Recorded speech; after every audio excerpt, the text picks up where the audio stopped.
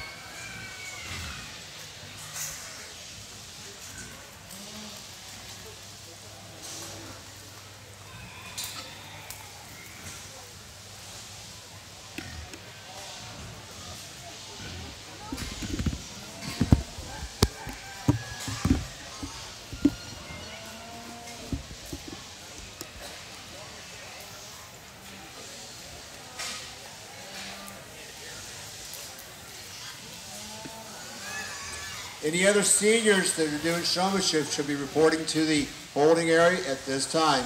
All remaining seniors that are not in the ring doing showmanship should report to the holding area at this time.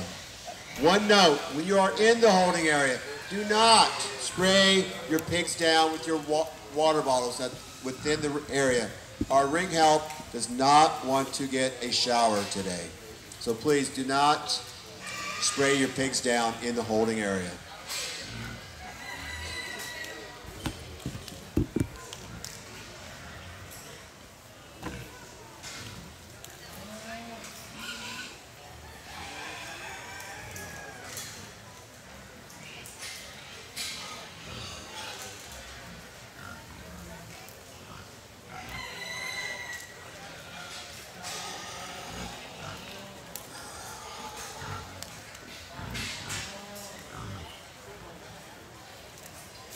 Certainly a nice group out here for showmanship this morning. I pinned some over here and we're going to leave them and we'll rework them as purple ribbons when we come to the final drive. The rest of them out here in the ring just need to have a little better control of their pig. It's just, you know, as we look at everything out here, there are too many pigs that just came in here and ended up over here at the gate. You just don't follow your pig where the pig wants to go. It's called driving your pig, which means you get your pig out and you put your pig where you want it to be in front of the judge. And I think so many times that kids just get the opportunity, their pig walks in front of the judge once, they strike the pose, they smile and move on, and I never see them again because they can't get their pig back in front of me. And these kids out here just need to work a little bit more with eye contact, getting the pig drove in front of the judge just a little bit more. All the pigs out here are very clean and very well presented, and I commend the kids on that.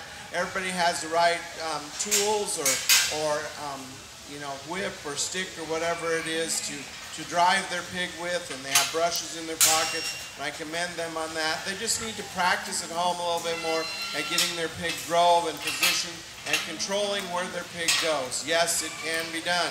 It just takes lots of time and patience, but you can get your pig to come out here and do what you want it to do. So let's send them back with a nice round of applause, congratulating them on their blue ribbons, and we'll bring the next heat in. Thank you.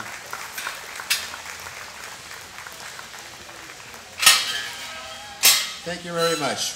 All remaining, once we get the arena clear here, we'll bring in the remaining portion of our senior showmanship. Again, if you're not in the holding area at this time, you need to get up here post haste.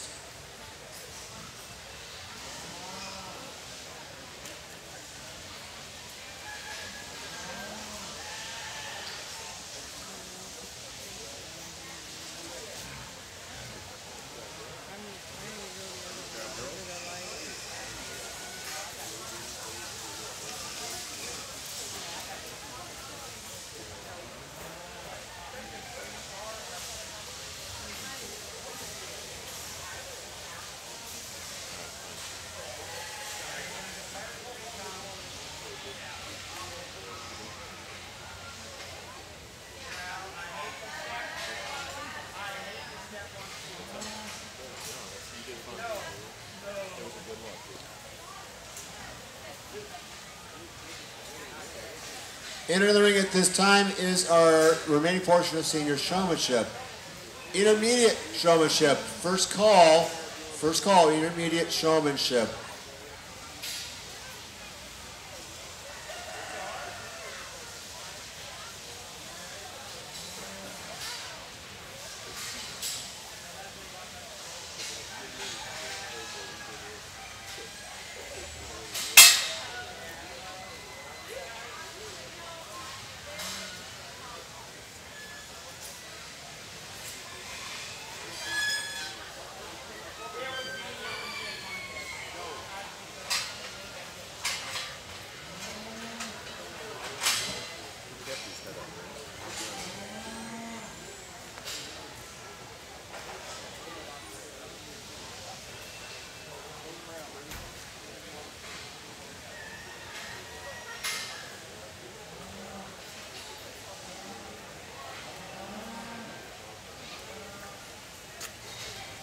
You got someone out there or just watching?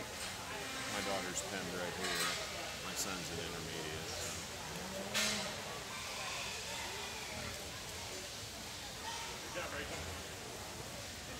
It's always a crap here.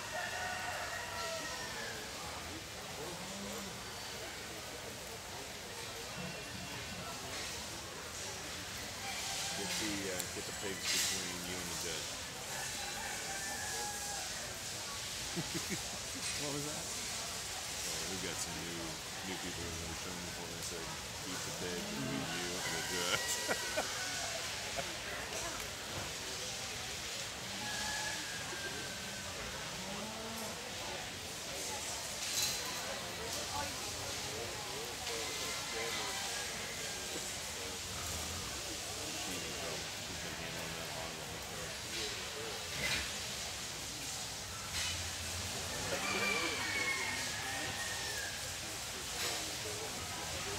Is there any tricks to keep a pig at a saunter, not standing still, but just not really moving either? Light tapping like Isaac said. It's like any critter. The more you work with it, the more they respond. My daughter's hog, that Barrow, he caught on real quick what we wanted him to do, and he knew and he did exactly what he wanted. She's got a gilt over there that's the market hog. It's the most painful hog I've ever seen.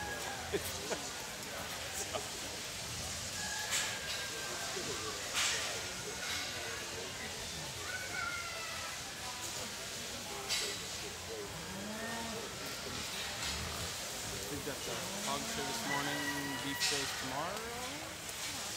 I believe beef shows. I don't know for a fact. I know I had to survive the day, work the food booth this afternoon because we're light on people to work, and then tomorrow I actually can just enjoy the fair. So. There you go.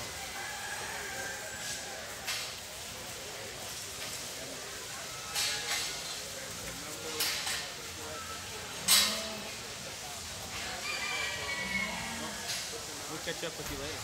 Bye, Hoyt. Best of luck to you. Thank you.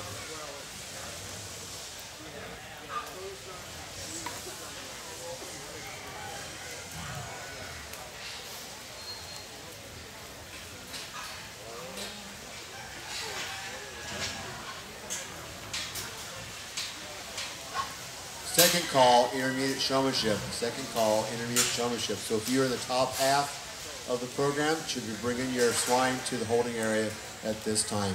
Second call, intermediate showmanship.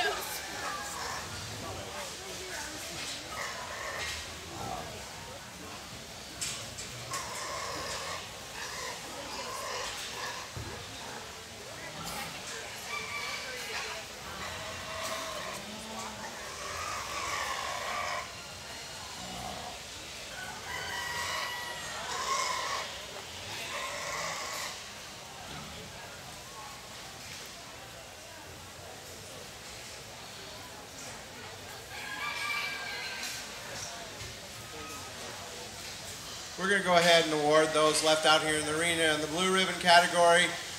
Just didn't get as many good drives out of their pigs, not as good eye contact, maybe need to work on the fundamentals of showmanship, like keeping the pig away from the judge's feed, or keeping the pig between you and the judge, just some simple things like that, some of the basic mechanics of showmanship. But once again, the pigs are clean, well presented, the exhibitors are well groomed and have the equipment they need to show their pig in the showmanship, so congratulations. I'm going to go ahead and visit with the purple ribbons around the outside here, and we'll get down to selecting your top 2 showmen in this division. Thank you very much. Kate L, you have to show me, right?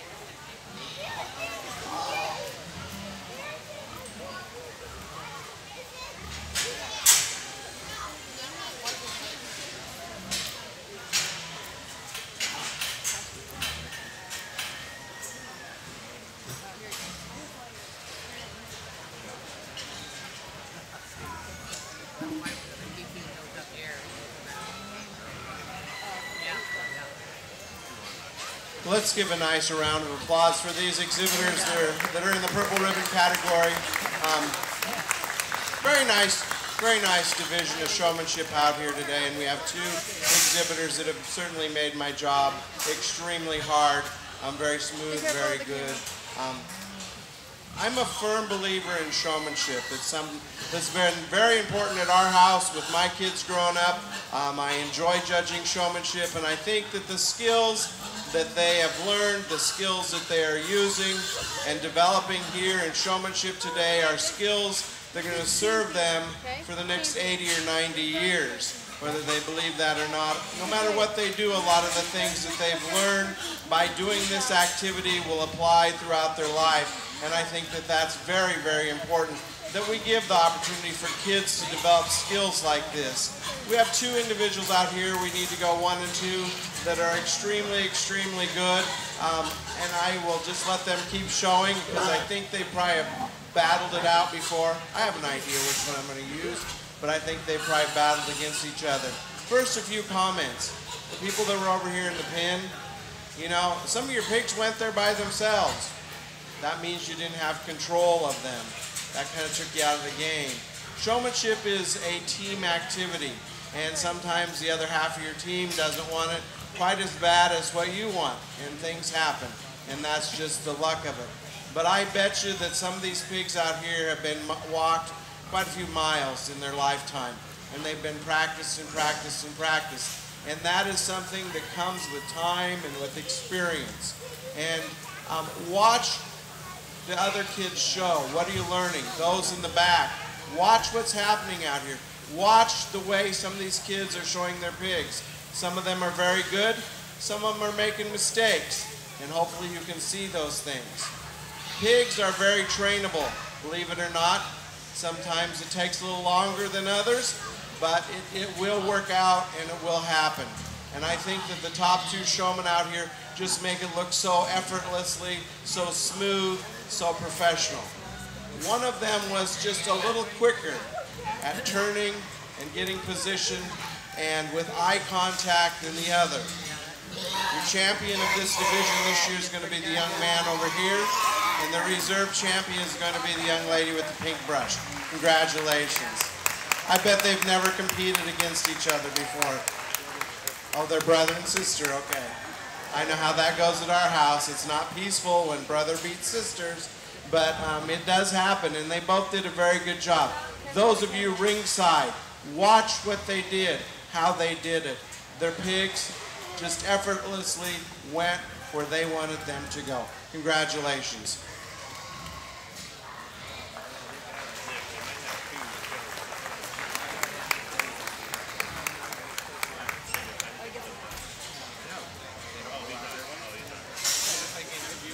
All right, winning senior showmanship is Brett Heinrich, and junior reserve is his sister Jacqueline. Our showmanship trophies are sponsored by Cuban Chick Club Labs for the grand champion and Don D. Burger for reserve. I want to say thank you to those sponsors. Without their support, showmanship would be very difficult. Again, so entering the ring at this time is our first half of our intermediate showmanship. Want to put a plug in here, told by our superintendent, that at the end of junior showmanship, we will have a special class. It's not listed in the program, but it's Pee-wee showmanship. Now, Pee-wee showmanship has no age limit. So if you have a bucket list and you are 75 years old and you want to get out of the ring, you want to say, I want to show a pig, now is your opportunity. So check something off your bucket list. Again, Pee-wee showmanship has no age limitations.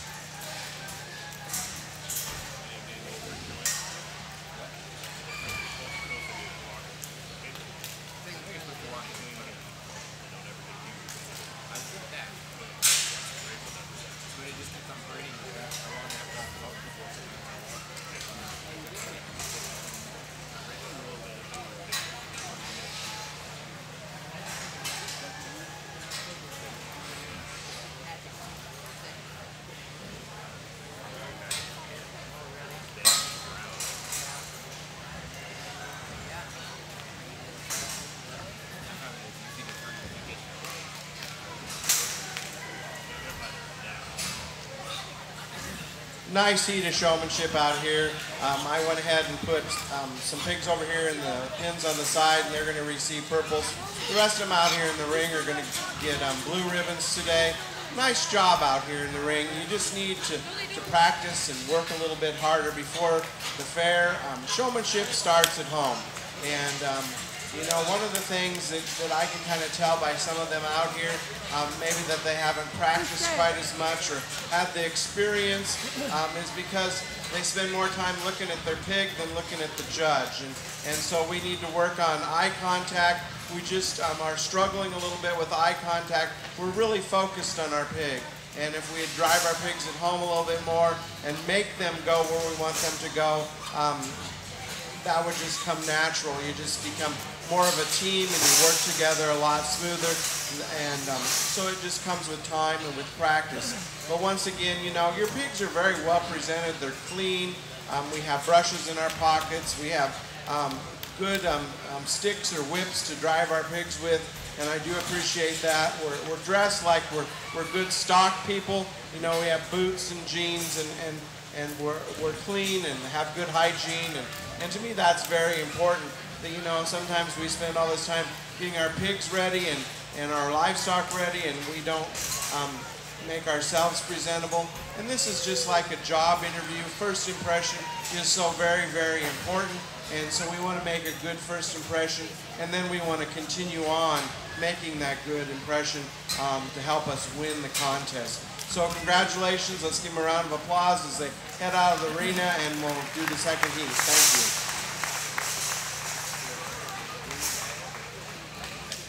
All right, as we begin clearing the ring for our first half of the intermediate showmanship, we'll be bringing in the second half of the intermediate.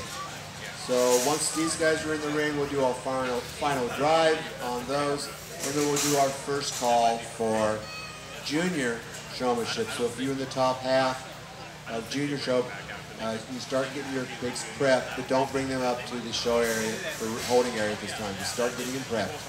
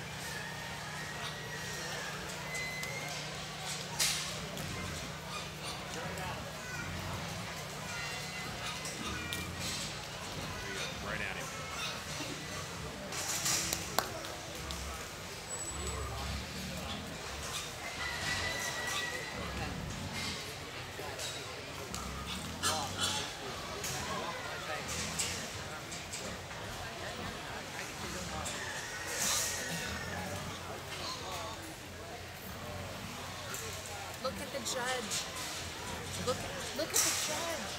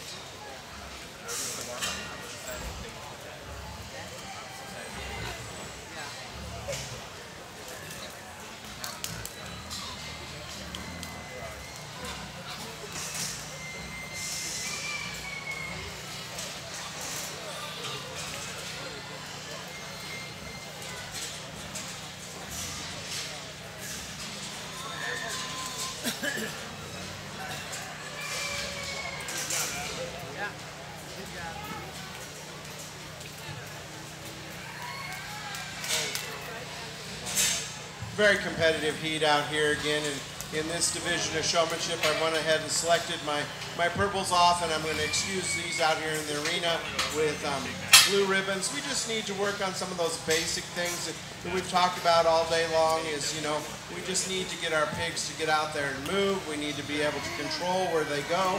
We need to be a little bit more intense at you know, that killer I want to win look, and we just need to work on those personal habits that just will help us get up into the top end. But very good job out here, you know. Nobody's lost their composure. Everybody's been a good sport. I've even seen people helping each other, and I do appreciate that. So let's send these exhibitors back to the barn with a nice round of applause, and I'll visit with the purples, and we'll get our first and second places named. Thank you.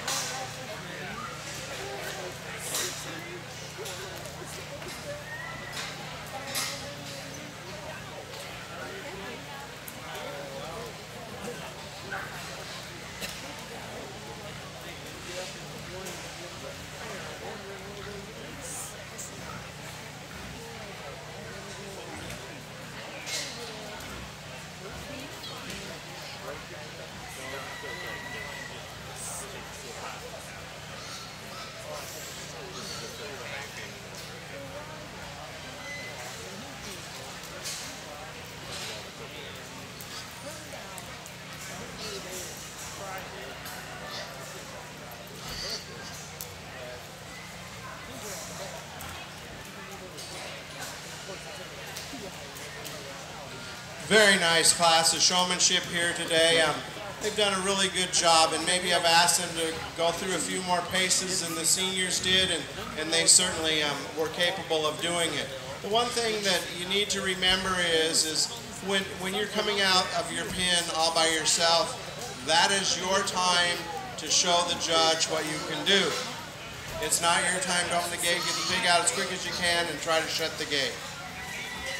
Some of you, you probably have had some opportunity yesterday, earlier this morning, or maybe last year, whatever, but you need to understand how these gates work. You need to understand how they work and practice that. Maybe come up and look at them before showmanship so you understand what's going on when you get up here.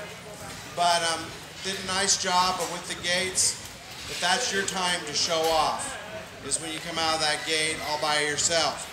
I asked this group to keep their pigs at that end of the show ring so that those kids coming out of the gate had that opportunity to show off, make that good impression. Some of them were very successful, some had a little trouble with that activity. And so those are just some things that can help you to think through, to understand what's going on. Some of it's just to recognize it and file it away in your memory, so next time you do showmanship, you remember, okay, do I know how the gate works? This is my time to show off, because the judge is looking at you specifically. And so those are just some things to help you with that competition. There's one person out here showing today that just kind of leads the pack since the time they came into the show ring. And something that we haven't talked about yet is, but you know, skin and hair condition is a part of showmanship. You know, a pig, I know you're not supposed to use oil or hair dressings or anything like that. Just a little water, brush them in before you leave your pen. Make their skin dark, give them a little shine. You know, that's all part of it. That's part of showmanship. That's part of making your pig look the best you can make them look. This exhibitor not only is calm and collected, but has done a really good job with the skin and hair condition of her barrow, and she just keeps showing her pig on and on. If you watch this young lady right out here, she's going to be your champion. She has that pig's head up. That pig walks slowly. She keeps that pig where she wants that pig to be. Congratulations. There's another young lady that followed her very closely in type and style, and that's going to be the young lady on the far side over here with the black gilt.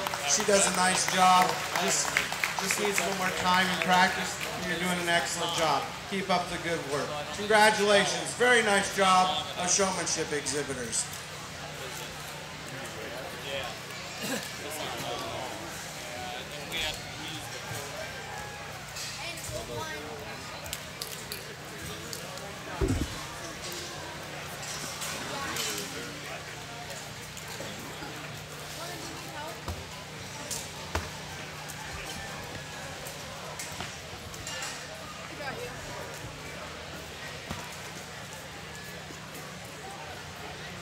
All right, winning our intermediate showmanship is Nicole Kettle.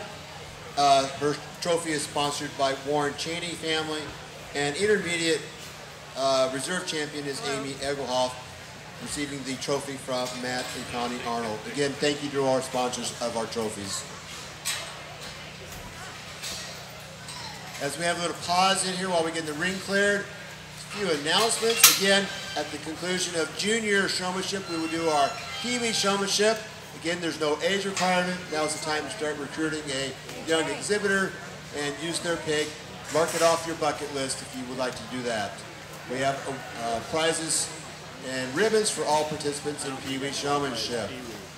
Also, we want to make sure we plug our Lancaster County 4-H chicken dinner tonight. It's at 5, beginning at 5:30 to 7:30. Tickets are $7 and they purchase at the door for $8. Again, our chicken dinner to support our Lancaster County 4-H. We also want to remind you that if you have not filled out your People's Choice Award, now's a good time to start getting those filled out so that at the conclusion of our swine show, you get in for the drawing of our Smithfield hams. Again, People's Choice Awards, ballot, turn-in box up here in front. All right, enter the ring is our first half of our junior showmanship.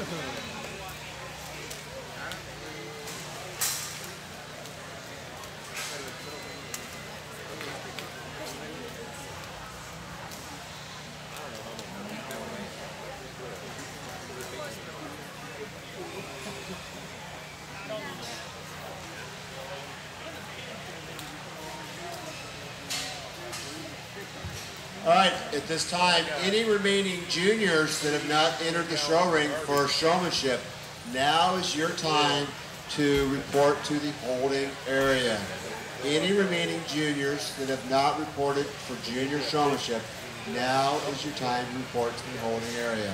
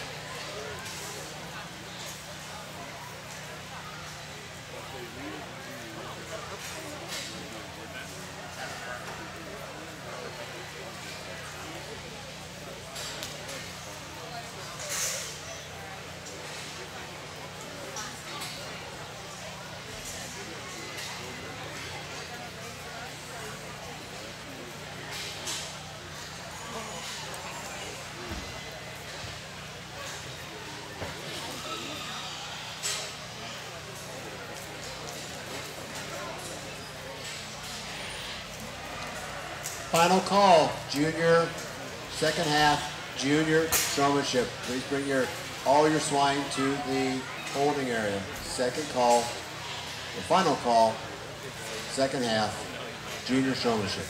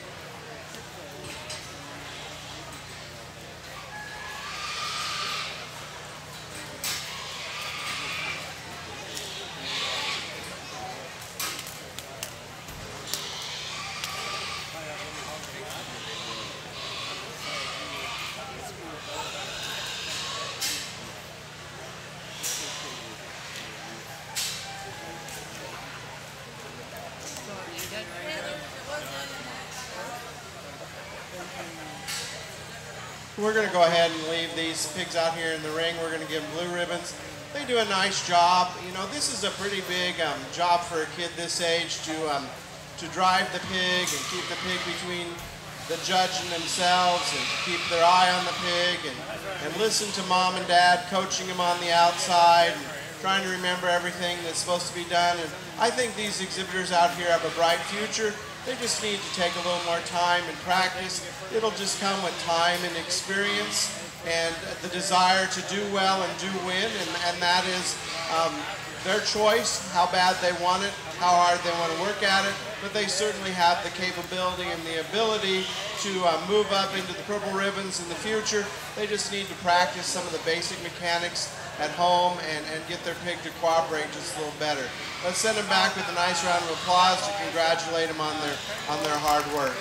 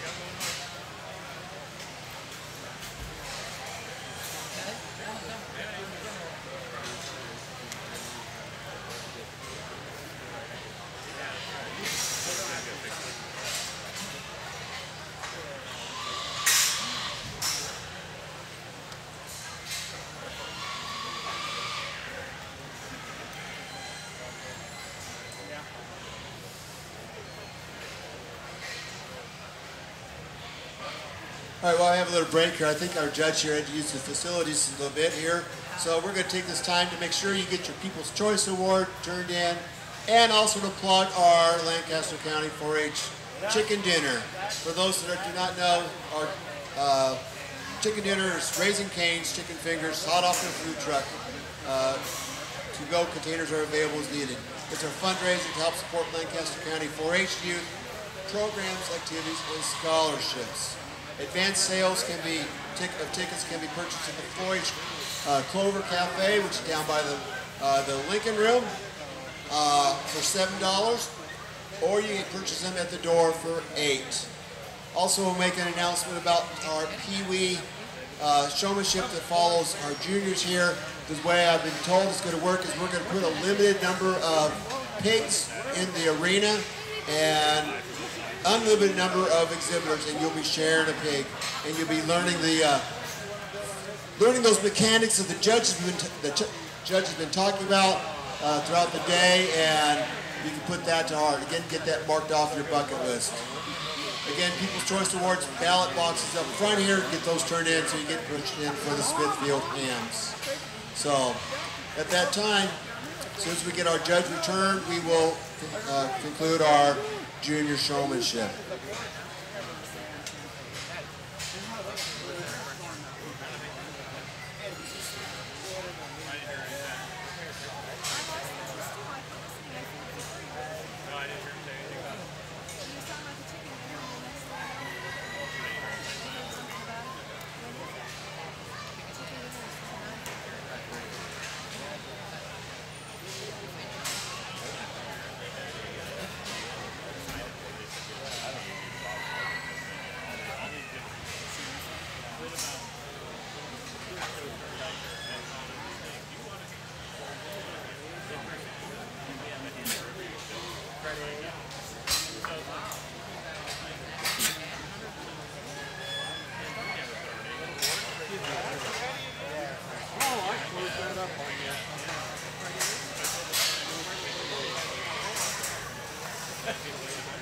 If I'd have taken time to come over here before me,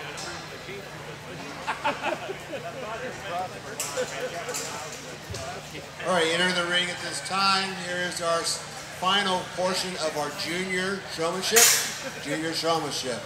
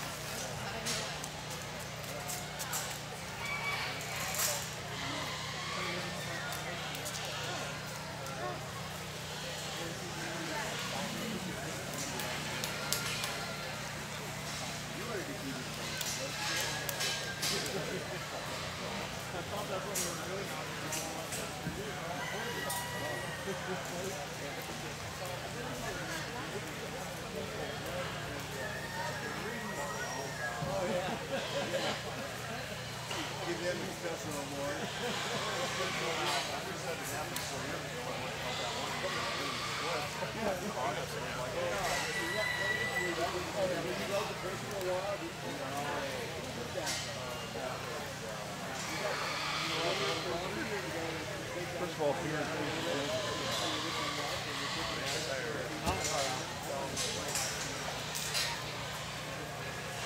Water and freezing? Yeah. It's not at home at this point. The only hydrant inside is way down there.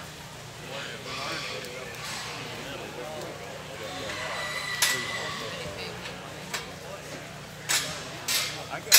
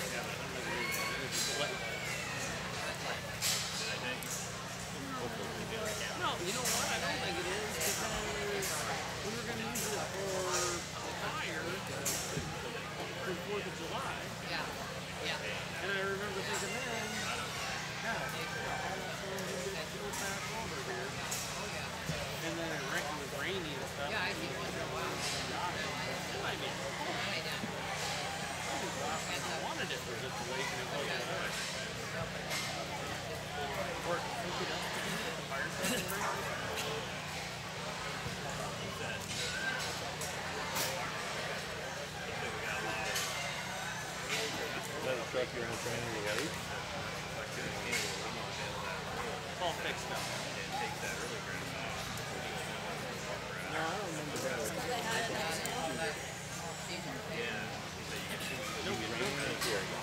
Well, going backwards, he tried to stop on the hill. He was stopped on the hill, but then ran out of gas. But there was no brakes, and then he couldn't get it in gear quick enough. So then it went backwards and hit a rock, and so then it shifted the whole. It slid on the leaf spring. It slid that tail. Is that the top of the bridge? Slid all the way down. Not that far under the leaf spring. One side, after we got to go to get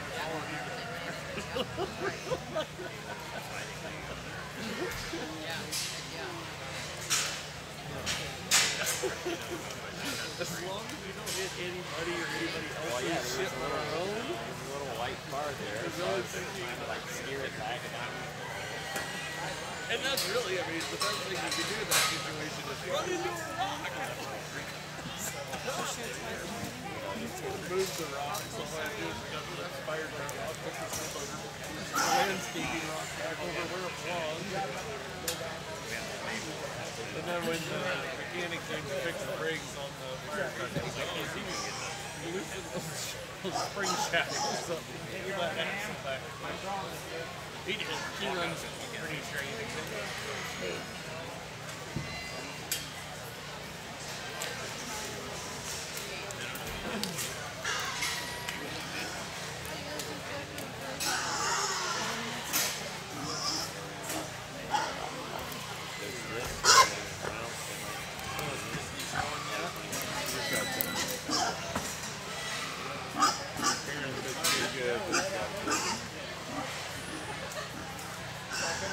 as we've done previously, we're going to leave these exhibitors in the arena out here in the blue ribbon category. You know, I think that they just need a little more time, a little more experience, and that comes with time, you know, as we work through thought processes and we understand how things work with age and maturity.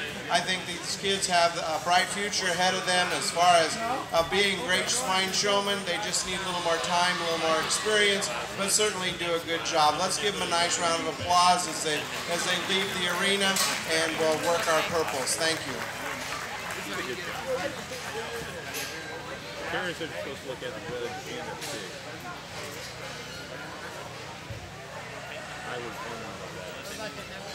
Maybe it's because they didn't look at the village.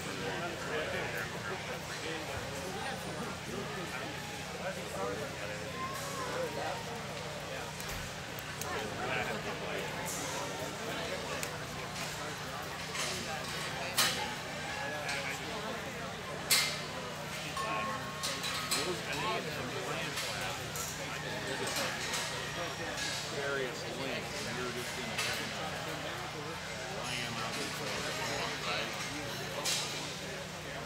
You know what a post time is?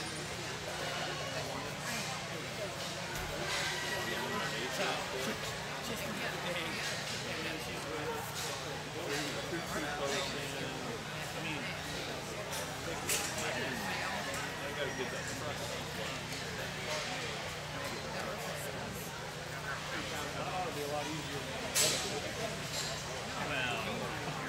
Nothing else will change to a pole and drive away.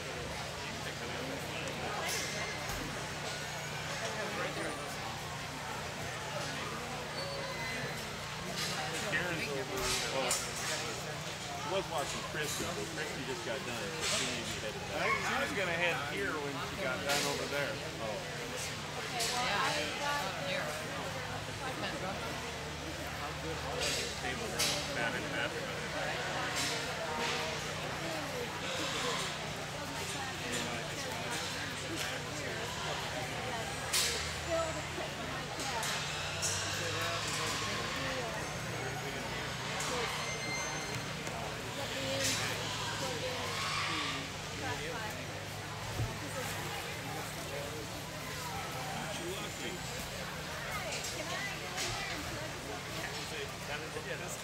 He's only got 3 full time.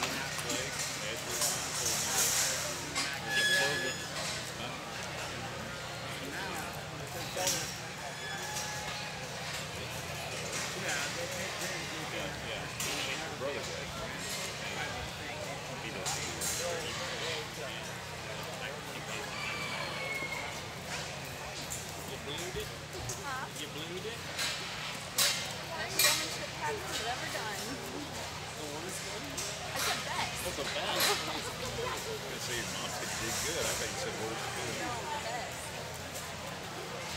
She didn't want to stand before or after, but during was fine. Anyway, she said there's a program in Shane got into. You get paid for summer internship. And you can do like physics, engineering, biology, whatever. Paid to do that. Keep working as a student. Like he got a job as an IT helper tech in CBA. Can't remember what it's called.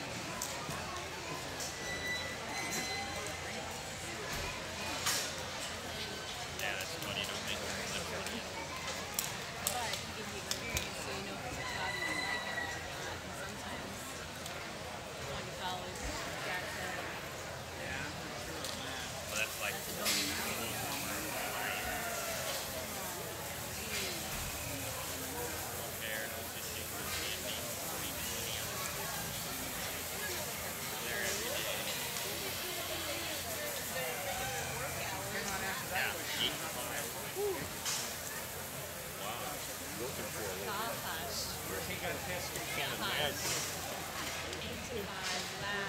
I can't imagine a job I really like only 8 to 5.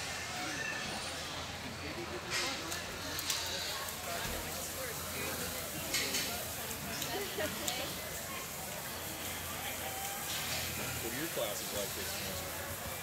Good. Hard? Not really. Like maybe on my 6, statistics, agri-econ.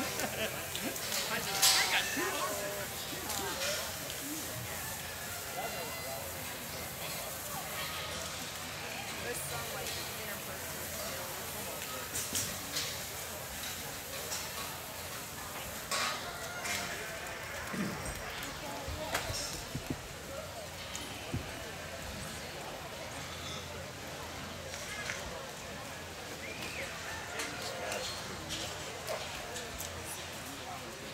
Easy math, it's just application. It's not like counting. It's got more.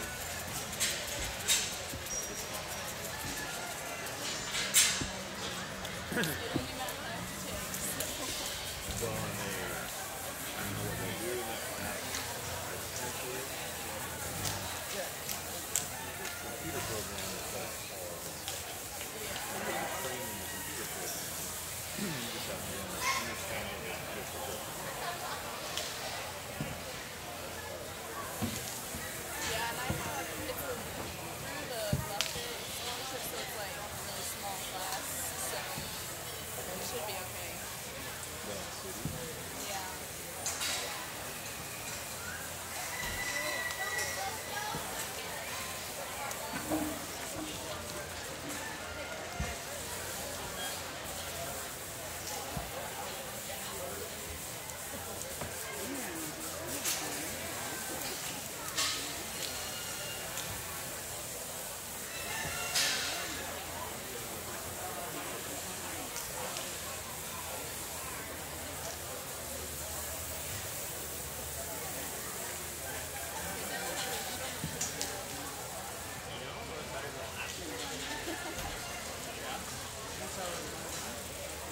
Big, actually.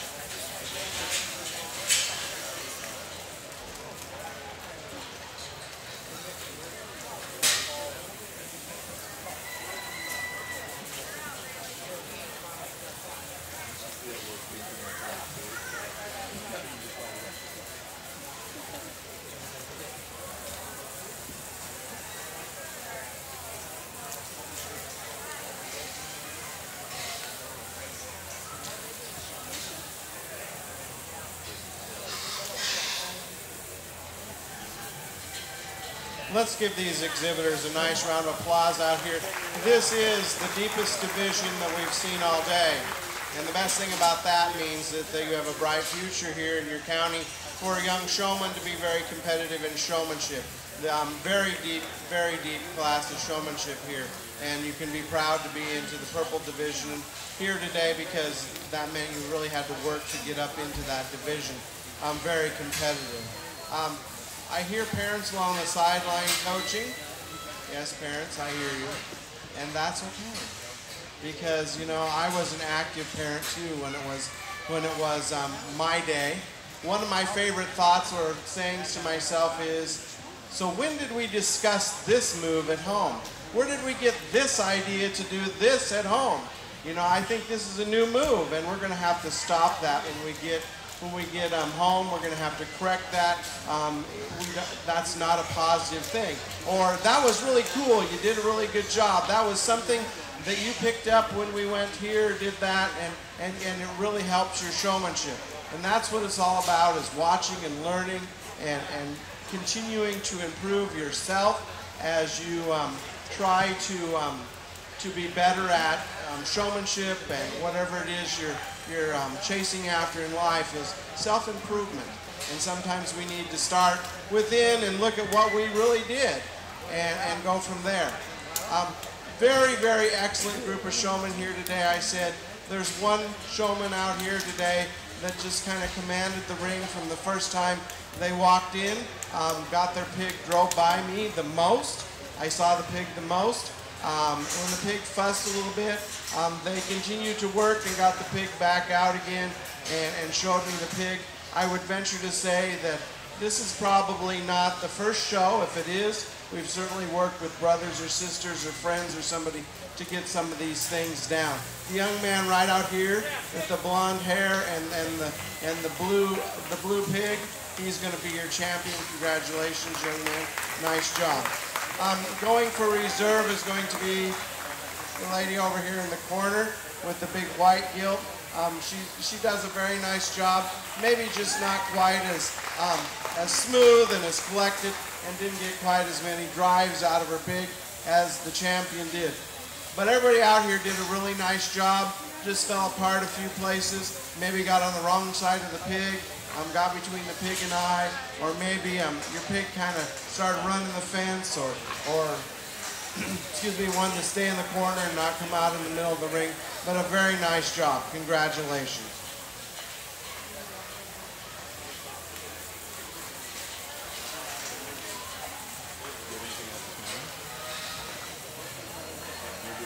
All right, the champion of our junior showmanship was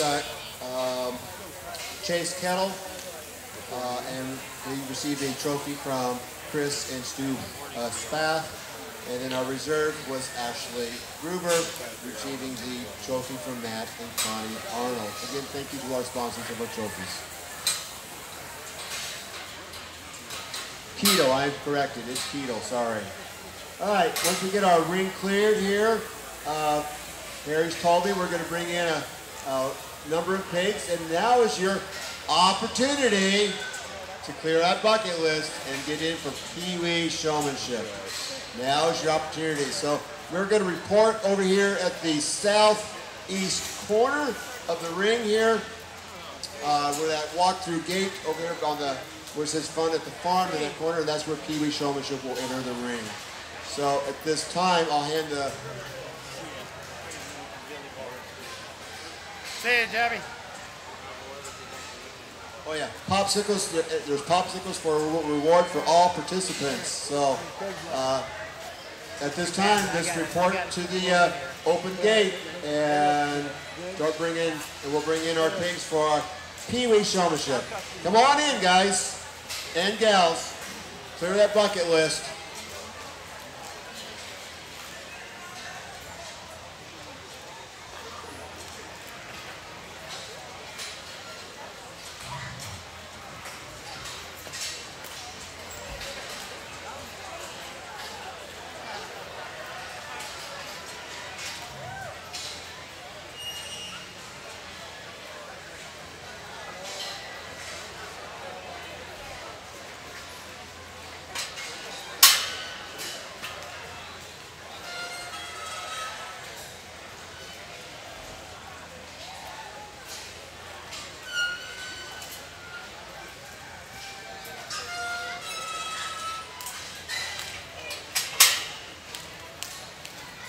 But remember, we're doing a limited number of pigs, unlimited number of exhibitors. So here's where teamwork's going to work in. So if you see a pig out there, help guide it, help direct it towards the judge's attention. Learn what you saw, what made the announcements. Make sure you do your figure eight, keep them out of the corners. This is our opportunity to learn as well. Any other participants that want to come into the ring for Pee Wee Showmanship? Grandma, Grandpa, Mom, Dad? Good job, Joe. You're doing awesome. Good job.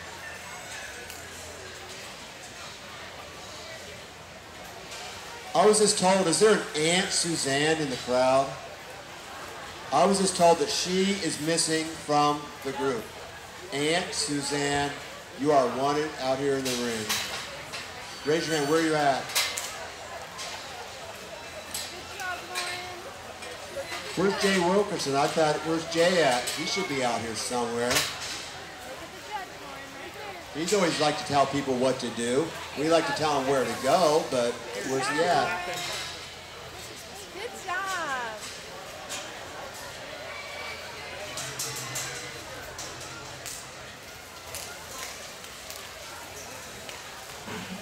Good job, Joe. Good job.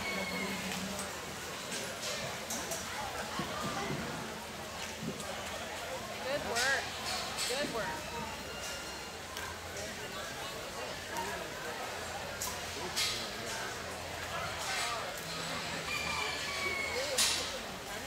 I was gonna say, she must have been practicing. She's doing really good. All the others are kind of running free.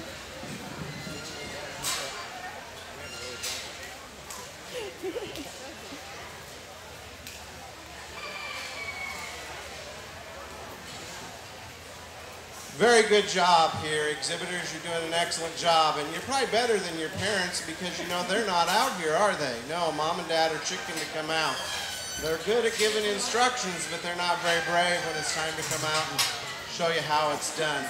Let's give them all a big round of applause out here. They'll get a treat as they leave the show ring. And good experience. Good first time for many, or a start to a show career. I know that this is something that's very important to our family. When our kids were this size and younger, we traveled to go to a Pee Wee Showmanship in my home county, and Grandpa and Grandma came to watch, and man, we had a good time. I like to tell jokes on my kids, different things they did in Pee Wee Showmanship. But my son Pat, who now is a big strapping man, we always laugh about, he had red cowboy boots, and he was so proud of these red cowboy boots, and he was standing out in the middle of the ring crying, and the judge said, young man, why are you crying? What's wrong? And he goes, she just peed in my boot. So he didn't like that either. And then one time with my daughter, her pig would stop, and she'd crank its tail like you're cranking up a machine, and the pig would go a little farther than it stopped. She'd crank up its tail and away it'd go.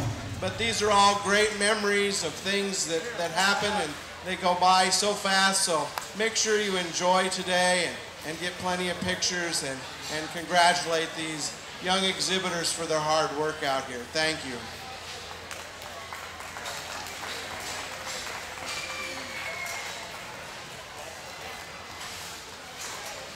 All right, we should have our meat and potatoes of our program here. Our Pick-a-Pig Market Swine Lightweight should be reporting to the holding area at this time. So as we transition to our market portion of the program, Pick-a-Pig Market Swine Lightweight, come to the holding area. Second call, Market Swine Super Lightweight. Second call, Market Swine Super Lightweight.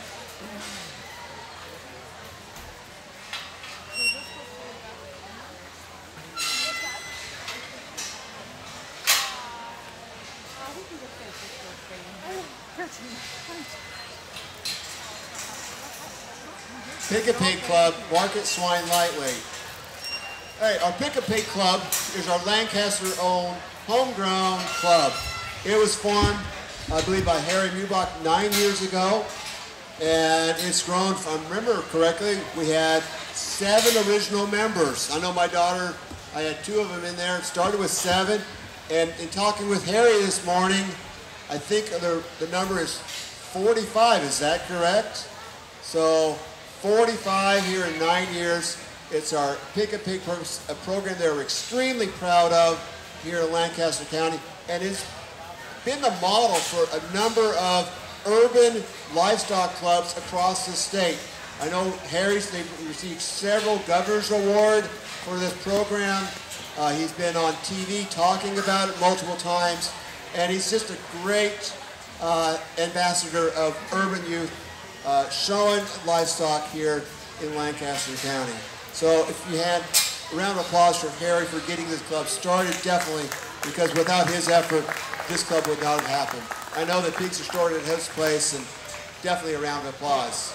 So at this time, let's have our Pick a Pig market swine lightweight enter the ring for us.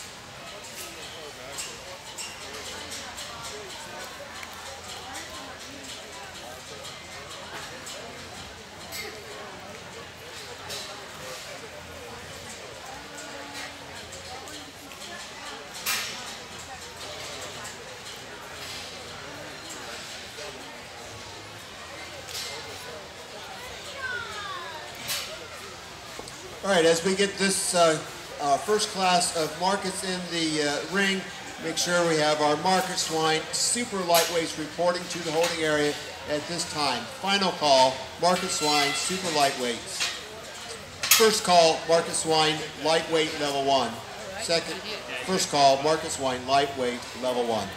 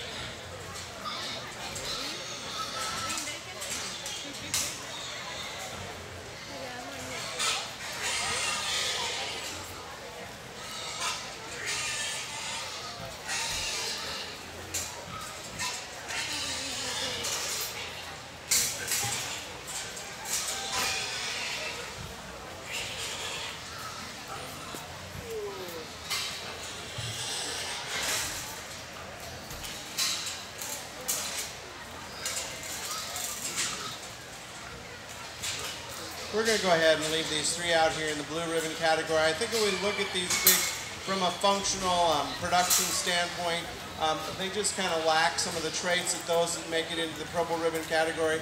We're going to go with first blue with this young man over here with the belted gilt. Really a nice profiling gilt. We like that about her. From the side, she's really elevated. She has some length inside to her. She certainly is a lean, design kind of a pig, and we like that. She's going to go to the rail with an exceptionally lean carcass, but we just like to see her have a little bit more product in her, a little more shape down her top. We'd like to blow her apart underneath, give her just a little bit more width and volume, so she could just take that feed in and convert it to muscle just a little easier, be a little easier finishing pig for her. We're going to go second blue with the young man's red spotted barrow out here. A real long-sided, deep production-oriented kind of a barrow. But when you get on top of him, he just kind of disappoints you. You'd like to just see a little more product working in him, a little bit more natural muscle shape to getting up on the purple ribbons. The young man's down-eared barrow out here, the belted barrow. He is a very functional, useful kind of a barrow. Just needs a little bit more product. Needs to be fixed up just a little bit better structurally to get up into the purple ribbon categories, and certainly worthy of the blue ribbon category. We're going to go ahead and work through the purples now quickly and get our first and second purple place. Thank you.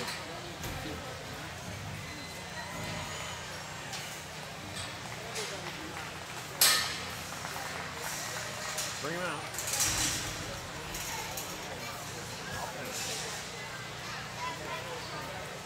Let's get him out.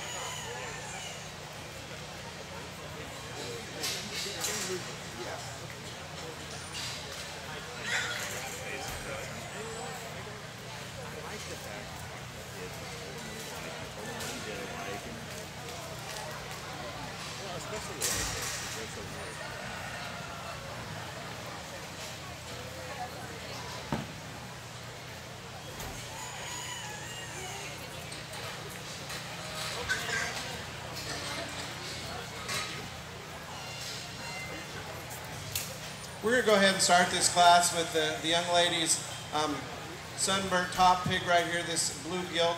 She certainly puts a lot of positives together. She's got some rib, some body, she's got some width and bone to her, and she still has a lot of nice muscle shape down her top, carries into a real expressive ham, and we like that about her.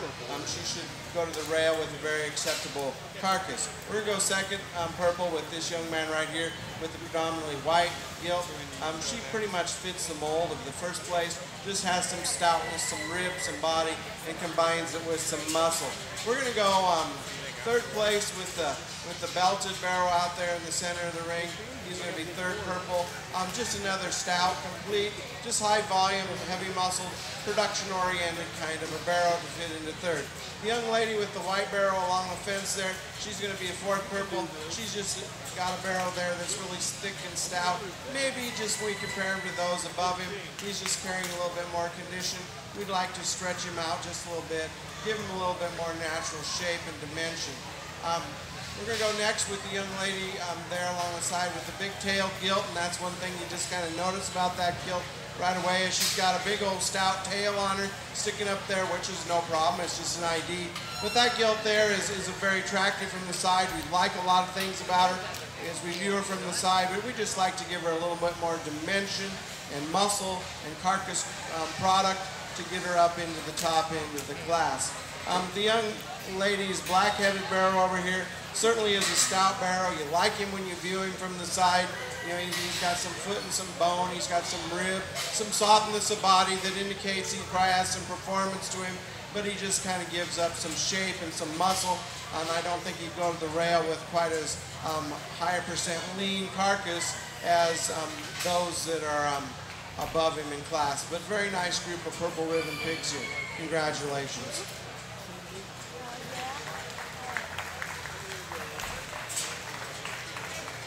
All right, that was our class of pick a pig market swine lightweight. So entering the ring at this time is our market swine super lightweight, and second call market swine lightweight 1, second call, and then first call lightweight level 2.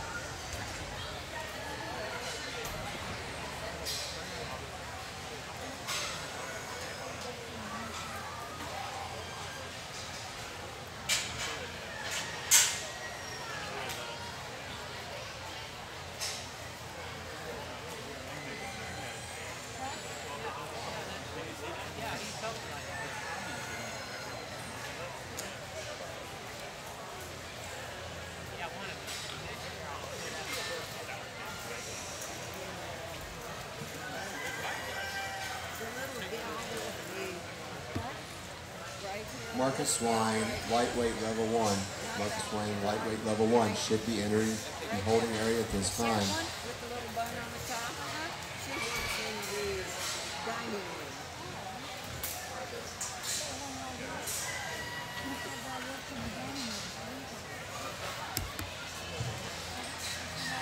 Yeah, 5333.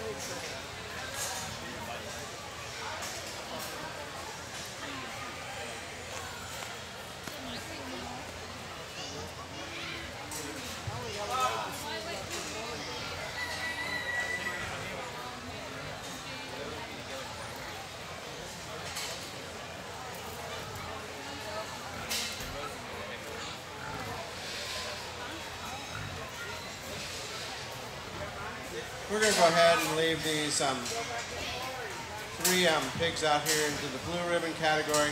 I think that they just need some more fundamental correctness to them to get up into the purple ribbon category. The two barrows out here will be blue ribbons. They're very similar in type and kind. I just like to see them with a little bit more natural flank and body to them. They're kind of sucked up. I'd like to see them just a little more expression as we look at their muscle down their top and to get up into the purple ribbons. This young lady's black barrel right here, and you drop your ribbon. His biggest problem is he just needs to handle his rear legs a lot better than he does. But we can appreciate these three that, you know, they're lean, they have some muscle shape to them. They should go to the rail with a very acceptable percent lean carcass, but we just like to see them a little bit more productive in their appearance, just a little bit correcter as they get out and move across the ring. We'll go ahead and work through these and pick our first and second purple.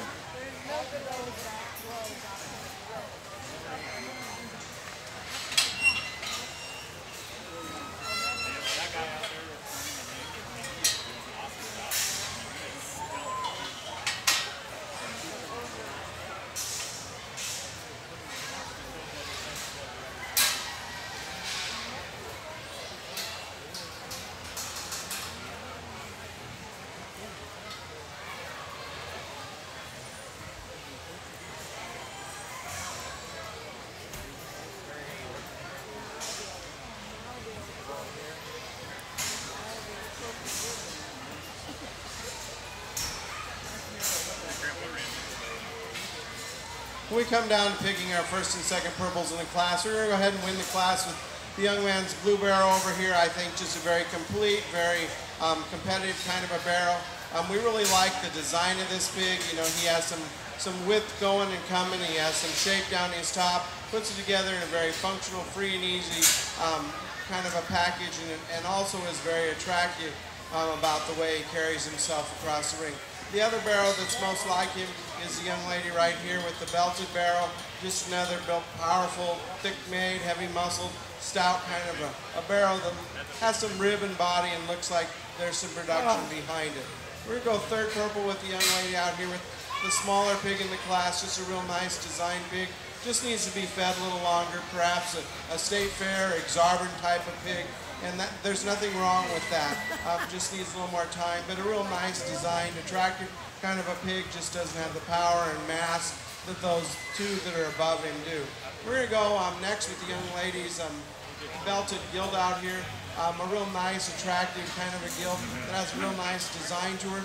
Just doesn't have the natural shape and muscle and thickness as those that are placed above her, but a nice gilt in her own right. The young lady in the corner there on the far side, we're going to go, she's going to receive the last purple in the class. I think this pig is most deserving of a purple ribbon, but just doesn't have the look. Maybe looks a little harsher, a little harder doing. Certainly is lean and muscular, but I just like to see her a little softer middle, a little freer and easier going than she does, but certainly deserving of that purple ribbon. Let's send him back with a nice round of applause.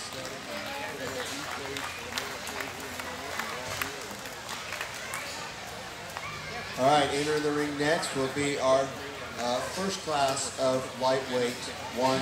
First class lightweight one. Second call, market swine lightweight class 2. Second call, market swine lightweight class 2 should be reporting to the holding area as soon as it is cleared.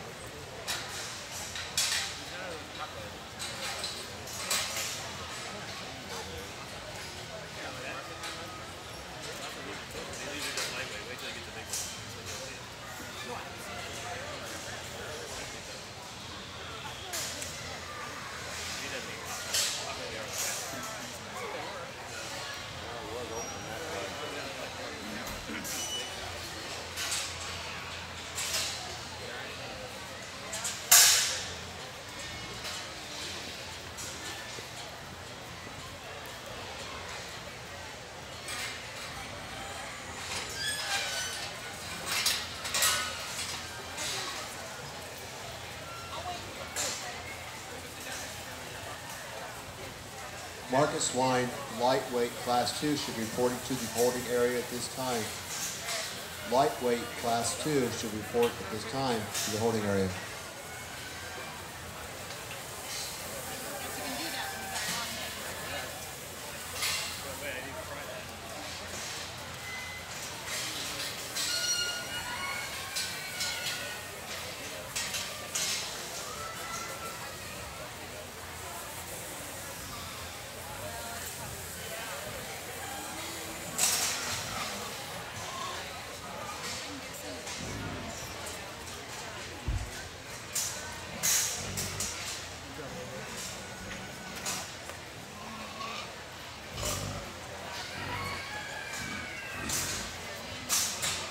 Nice trio out here to remain in the blue ribbon category.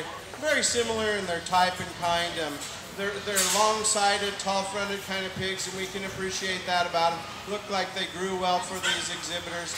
But to get them up into the purple ribbon category, they just need to be pulled apart underneath, need to walk away just a little bit wider, need to have more center rib, more expression of muscle right out of their shoulder blade and back to get them into the purple ribbon category. But certainly nice blue ribbon pigs. Let's congratulate them, and we'll go ahead and work through our top end of the class. Congratulations.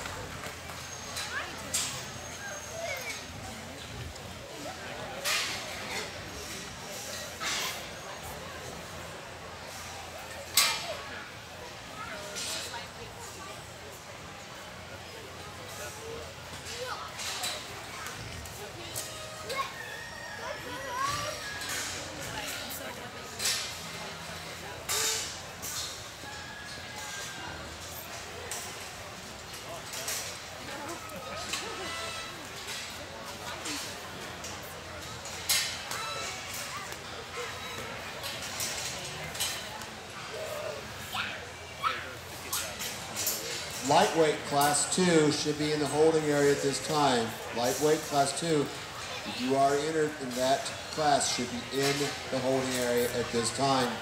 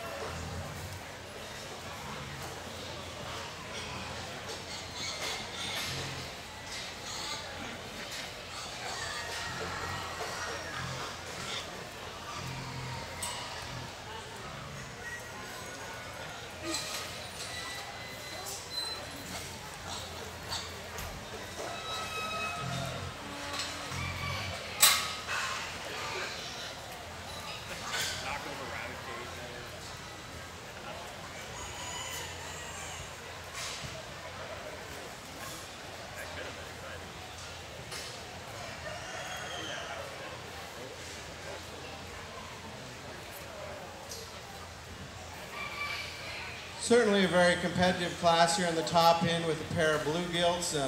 They're very, very high quality, and I like them both very well. It's just kind of splitting hairs, which one goes square.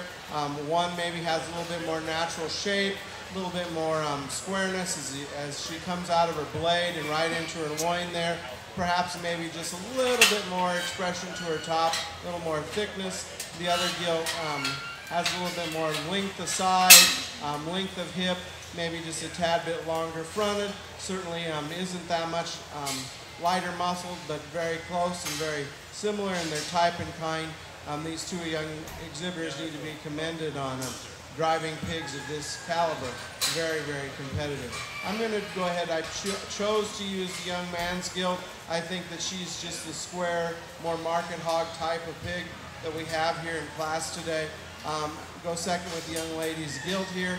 Just a very, very similar kind of a gilt. I bet you that they probably flip back and forth all summer, or maybe I'm the first person that has thought that they were very close. We're going to go third with the young man's white gilt out here. Very competitive, nice, complete kind of a gilt. When we compare her to the two above her, she's just a little bit more extreme about her muscle shape. We'd like to change her ever so slightly as she moves off her rear leg, and that would get her up in the competition just a little bit quicker. The spotted gilt is worthy of a purple ribbon. Kind of fits that mold of muscle and width and bone, but just doesn't do it as quite as attractive and as balanced a package as those that were placed above them. Congratulations.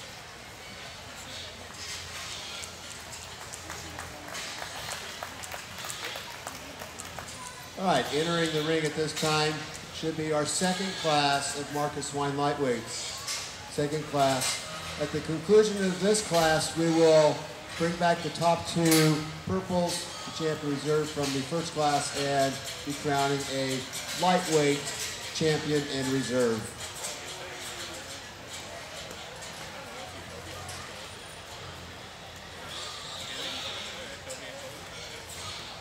First call, pick a pig, Marcus Swine, middleweight, class 1.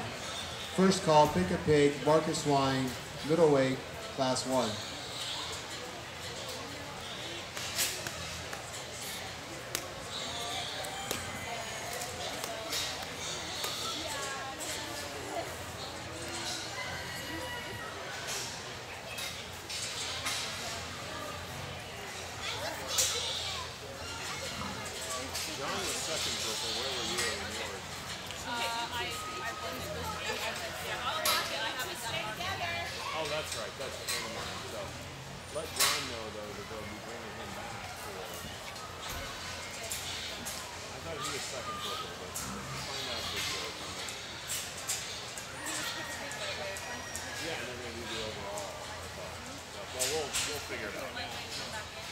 I don't know, but Jared will have an idea.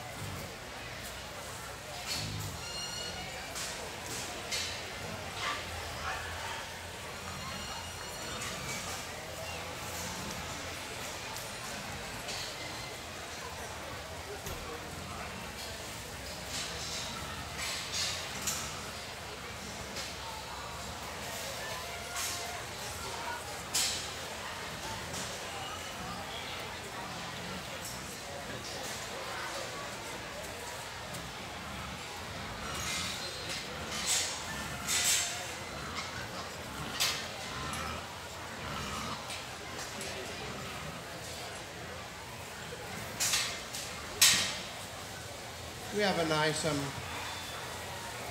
set of pigs out here in the ring that fall into that blue category very nicely for me. I think that they have some of the, you know, they're taller design kind of pigs. They have some length aside.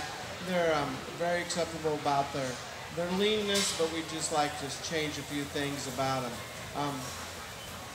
The young man's wide belted gilt up here. Really a long-sided kind of a pig. We can appreciate that. She has some shape down her top. We just like to see her just a little better in her front end. She wants to get a little bit more rigid and straight. The young man's short-tailed barrel out there, a little bit more rainbow top. Would like to relax that spine, get a little more natural muscle. The young lady headed out the pin there with that barrel. Just needs some more muscle and shape to get it up there into the purple ribbon category.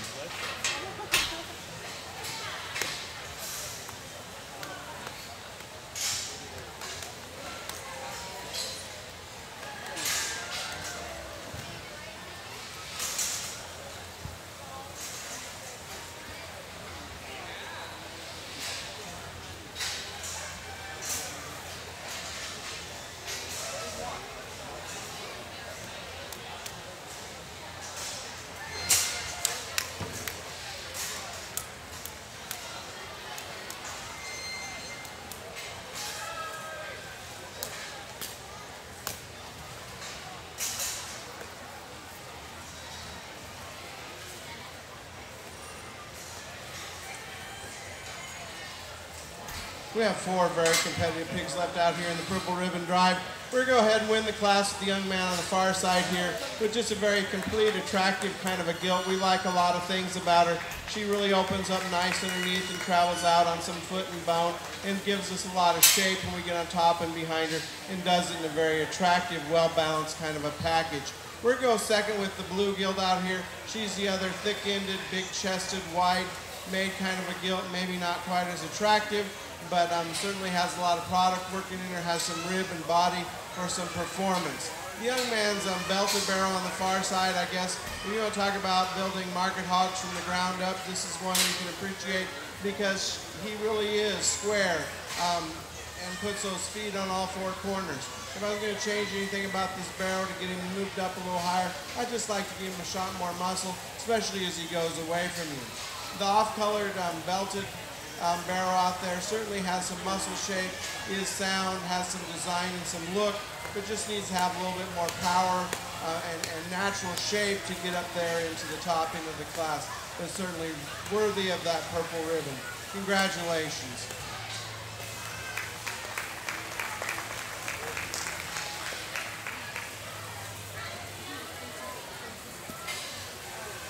Perry, aren't we bringing back the top 2? Right, we're supposed to bring coming in from the corner. All right, we'll be bringing in Brett and Jacqueline's 2 gilts that won that first class, and then we'll have Michael and I believe Coder, who won the second class, come in. And we'll be crowning our lightweight market swine. This year's trophies are sponsored by Farm Credit Services and Carrie and Becky Sandell and family. So those, again, if you see them in the crowd, give them a shout out for sponsoring trophies this year. He picked him once and he's never picked anybody else.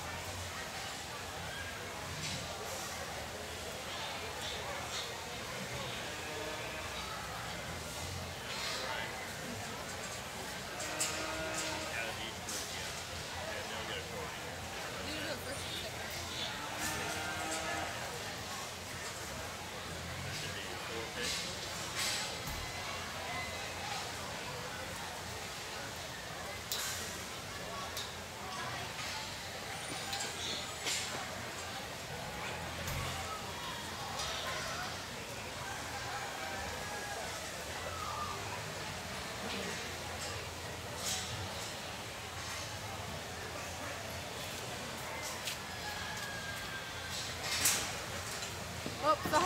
Oh, sure. Kick my board over.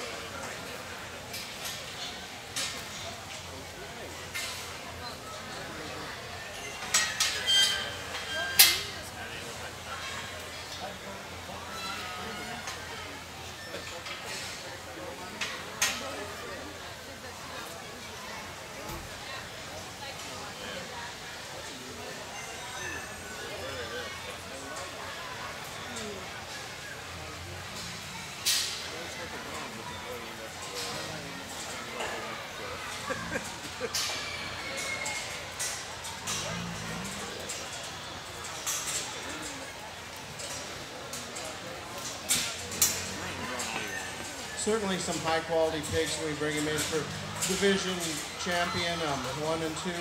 I think that that there are 2 pigs out here that probably need to keep together. They need to stay together. They're very similar in their type and kind.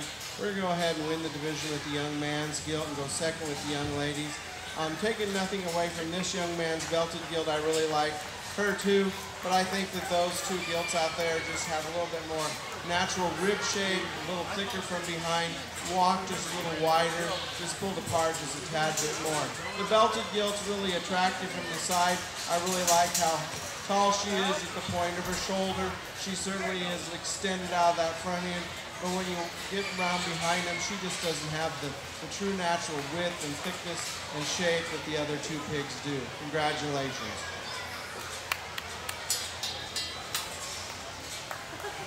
All right, winning our grand champion lightweight is Brett Heinrich, followed by his sister Jacqueline for reserve. All right, entering our arena at this time is our Pick-a-Pig Market Swine middleweight class 1. Middleweight class 1.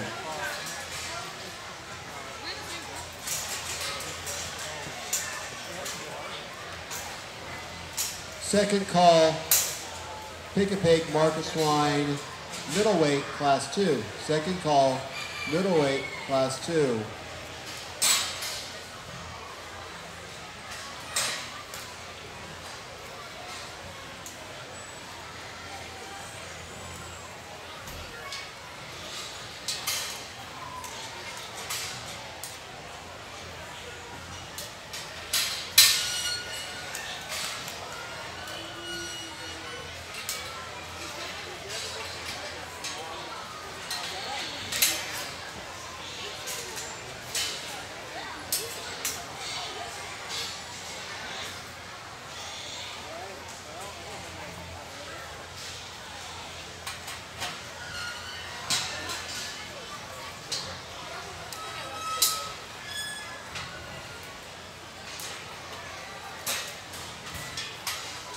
All right, Pick-a-Pig, Market Swine, middleweight class 2 to report to the holding area at this time. Pick-a-Pig, Market Swine, middleweight class 2, report to the holding area at this time.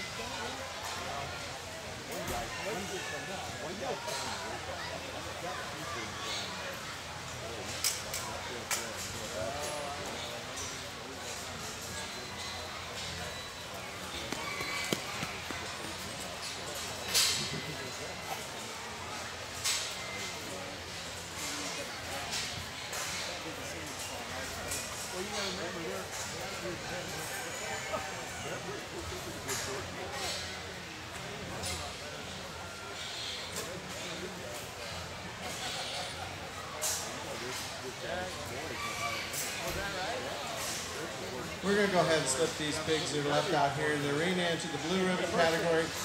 Pigs that we can really appreciate for having a little extra frame to them. But with that being said, they just need to be pulled apart underneath. They just need to have some more width to chest, some more natural rib shape to them, and then a little bit more muscle laid on that spine. But we can appreciate them that they have some length and some leanness. They're a little bigger frame. Just need more product. Let's send them back with a nice round of applause, congratulating them on doing this project here today.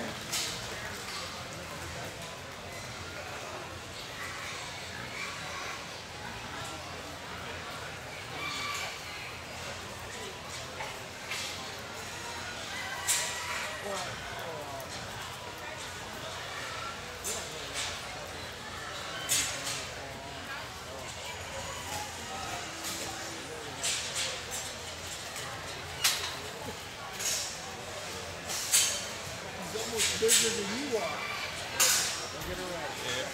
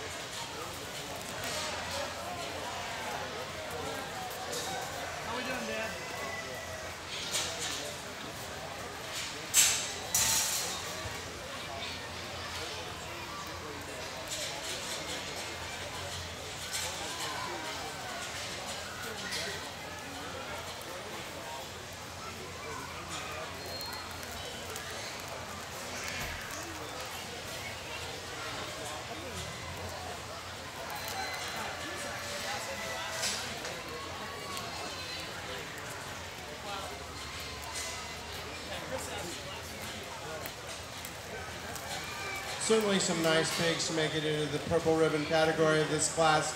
I'm going to go ahead and use the white, the young lady with the white. Is it a gilt? I can't tell from here. It looks like a gilt. Is that right? Yeah, out there in the center of the ring.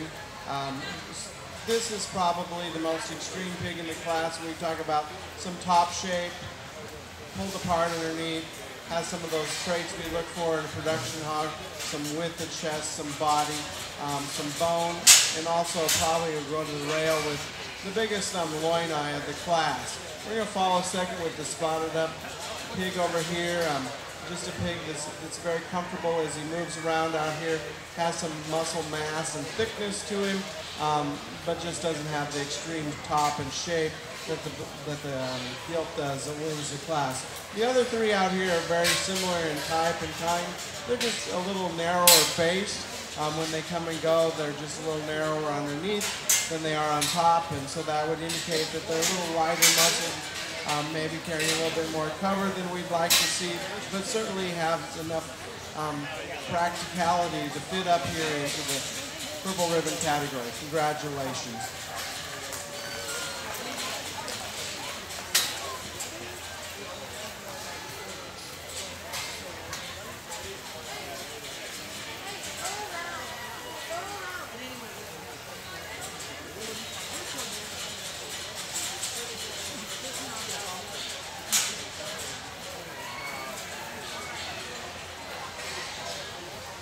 All right, entering ring at this time should be our second class of pick-a-pig middleweight. Our second class of pick-a-pig middleweights. Once the holding area is clear, we should have our first weight of Marcus Swine middleweights reporting to the holding area. Marcus Swine middleweight class 1 report to the holding area at this time.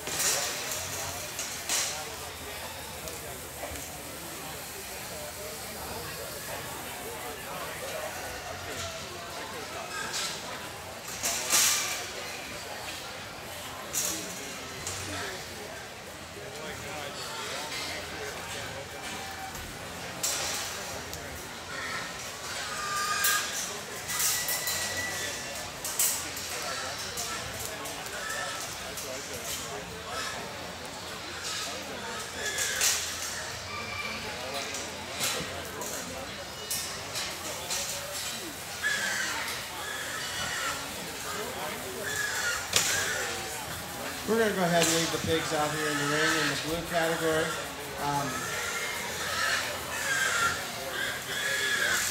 They all kind of have the same problems. You can appreciate them for their length of side, their little larger frames. You can appreciate and see all those things. Several of them need to be cleaned up a little bit in their navels.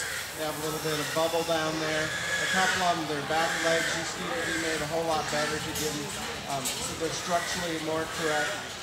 But they all need a shot of muscle. A couple of them need to be leaned up just a little bit. They're starting to wrinkle up down their top, indicating that they maybe have a little more cover than we want them to have. Let's send them back with a nice round of applause, and we'll bring out the purples and rework them. Thank you.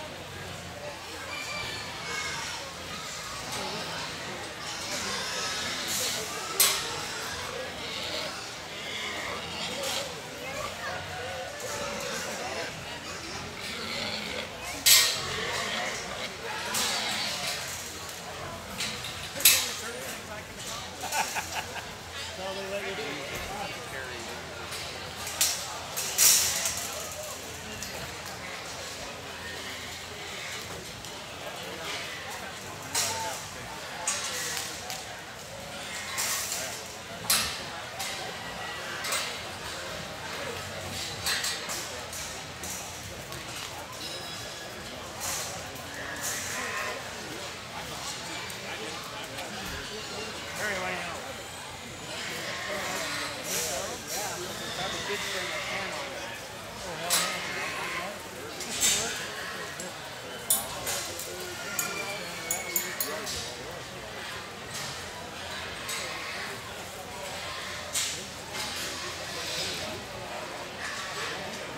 We come down to picking first and second out of this class here today. I'm going to go ahead and start with the dark blue belted gilt here. I thought she was probably the most complete pig we had in the class. We really like her from the side view. She has some nice design. She has some depth of body. She has some natural rib shape to her. And she's probably one of the wider walking pigs in the class and still has a lot of product working down the top. We're going to go second with the young lady's white barrel here. We like this barrel for its natural thickness and rib and body. If we're going to change anything about him, we'd like to certainly fix him right behind his shoulder blades there. But certainly moves to the top into this class just because it has some product, some muscle, some substance. Gets him up there very easily. The other pigs in the class, I felt were good enough to make it into the purples. They had some natural rib and body, some muscle shape, and still had enough width as they came and went to get up in the purple ribbon category. Congratulations.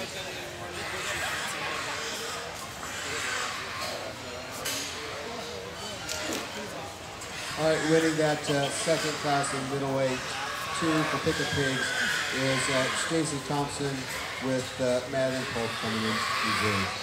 And those two will be returning at the conclusion of our pick-a pig heavyweights, and we'll be crowning a grand champion pick-a pig, Marcus Swine. All right, entering the ring at this time is our Marcus Swine middleweight class 1.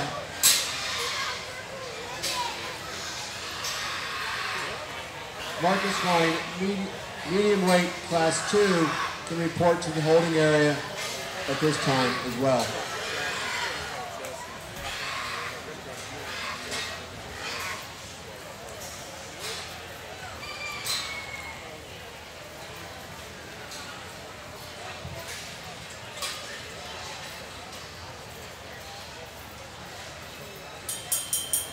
All right, Marcus Swine medium weight class 2, please report to the holding area.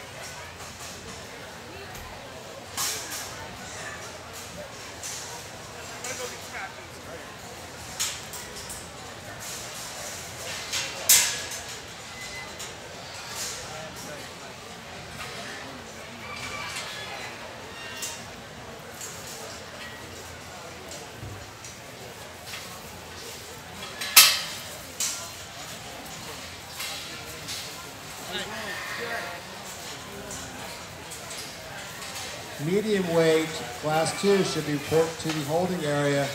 Medium weight class 2 report to the holding area. First call, medium weight class 3. First call, medium weight class 3.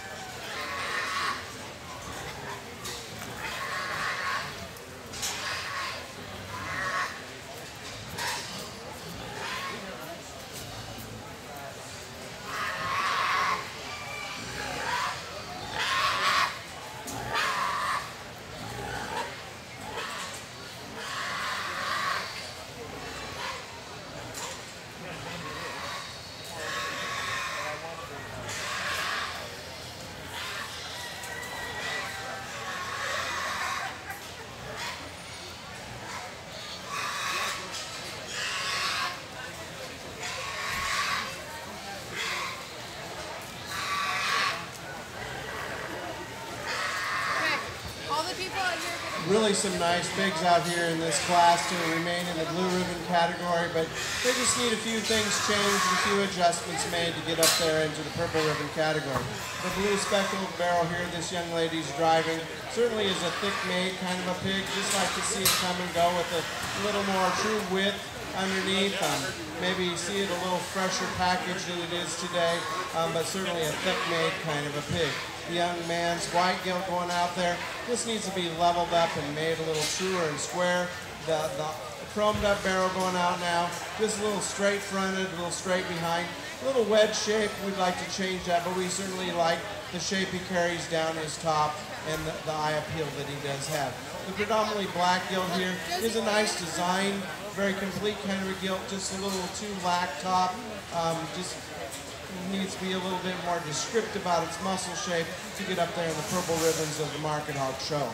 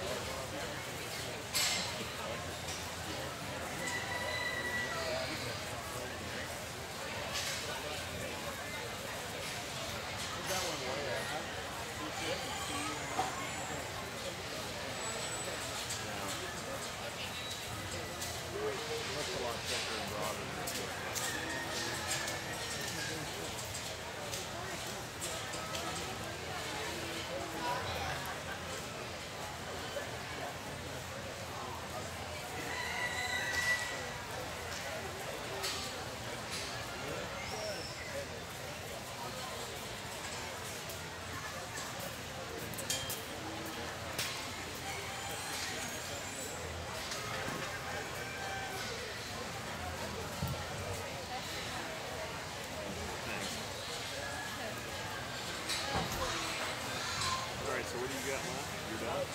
No, because I got second, I got third champion. I go back here and I go for champion of all. Alright, yeah, you were second blue. I was second. Second purple.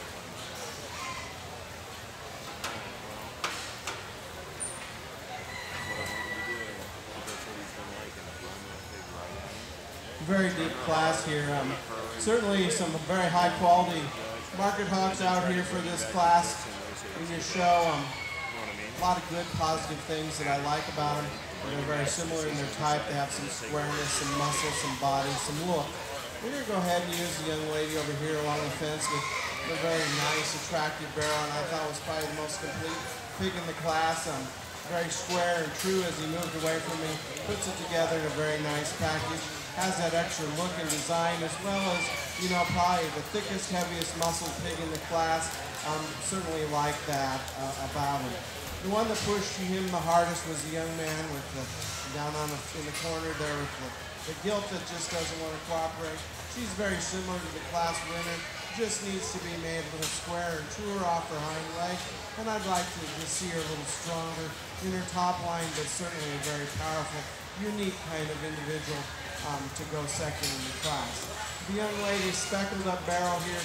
Really like a lot of things about this pig. He has a lot of positives about him. You know, his thickness, his look, his bone, his width. He just ran into a really, really tough class. The young lady here in the corner with the other barrel, or gilt like this she is. I realize she got something in her ear, not doing the track. She just doesn't have the natural width and thickness and shape and design as it top into the class. young lady with the chromed up pig coming along the side here. Really a stout made, very attractive kind of a pig. This needs to be made just a little bit fresher in appearance when we compare him to the class winners, but we can really appreciate the big old ditch top he's got, the length and the thickness, the bone and foot he walks on. This needs to be made a little bit fresher. It needs to be made to handle his back legs just a little bit better to get up there in the top end. Congratulations.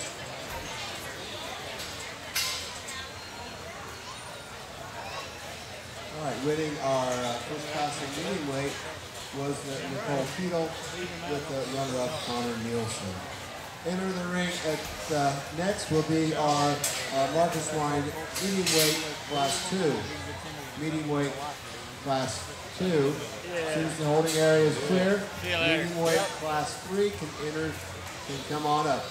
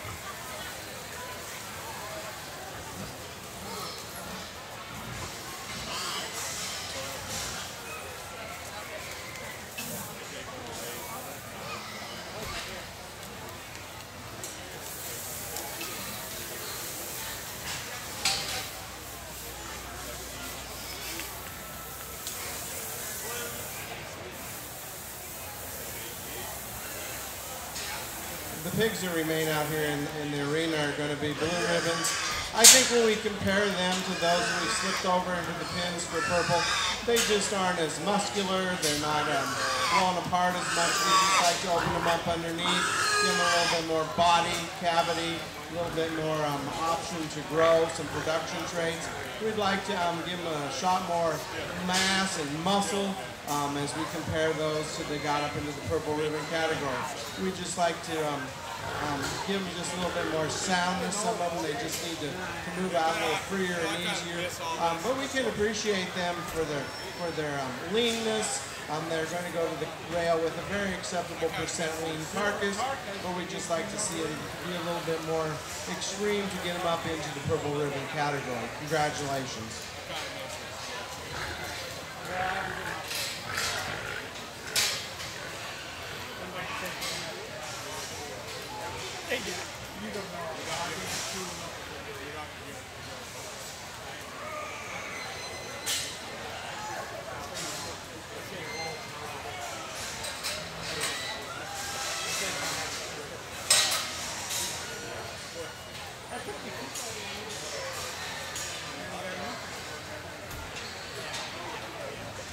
Medium weight class 3 to be in the holding area at this time. Class 3 medium weights.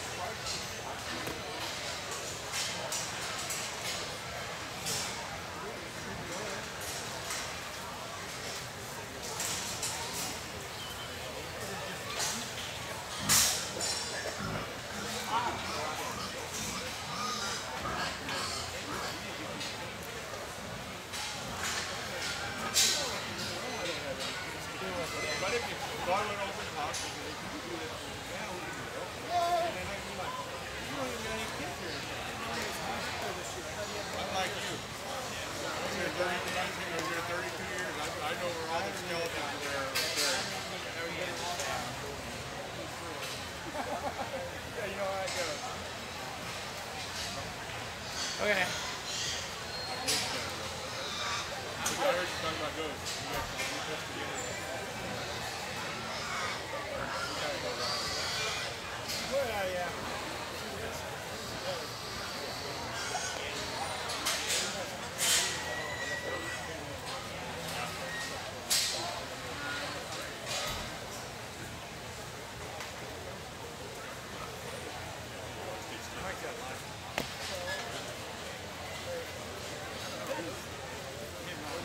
We really appreciate a lot of the positives that these 4 pigs have to offer to the industry, but I've selected to use the young man down here with the white-footed black barrow to win the class. I think that he just puts a lot of really positive things together. He's very attractive from the side. That's the first thing you notice when he comes in the ring. He's just very eye-catching, but when you really start analyzing him, he doesn't disappoint you. He moves away true and square, has a lot of shape down his top and muscle, puts it together in a very nice package and fits into that first place very nicely. We're going to go second with the young ladies, red speckled gilt on the other end of the ring there. One that's a little more difficult to look at when we look at a pig for as far as muscle shape, rib, body, bone, some production traits. He fits into that second place very nicely. I like to go third with the Duroc appearing barrel here. I think that he has just a lot of really good things about him. But when we compare him to the 2 that place above him, he just doesn't have the foot and bone, maybe doesn't have the true rib and dimension, but a very outstanding pig in his own right. The young ladies off-belt gilt out here, a gilt that we really like from the profile and the side view. But when you get on top of her, just like to give her a little bit more natural shape to her rib. She gets a little bit flat right along where the loin and the rib cage meet, just like give her a little more boldness there, but certainly a very nice gilt to fit into the purple ribbon category. Congratulations. That's why I couldn't.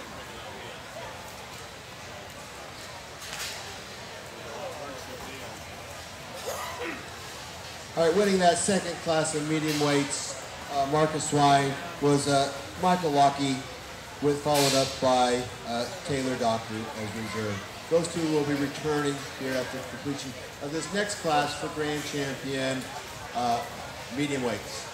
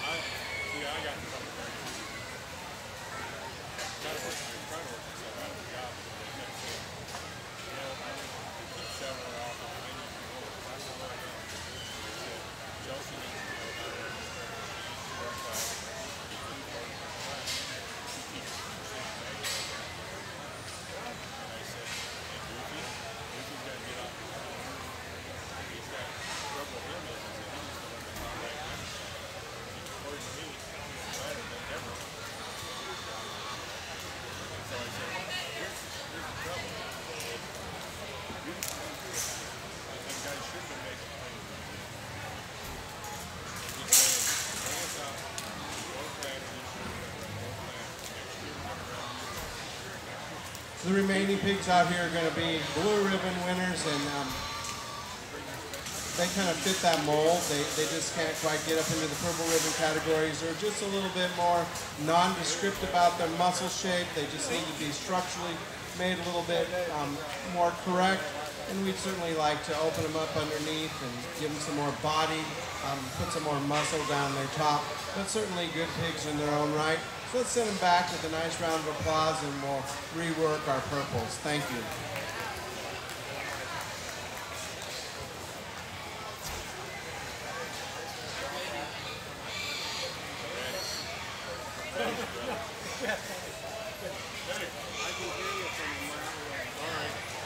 Are we interrupting your show?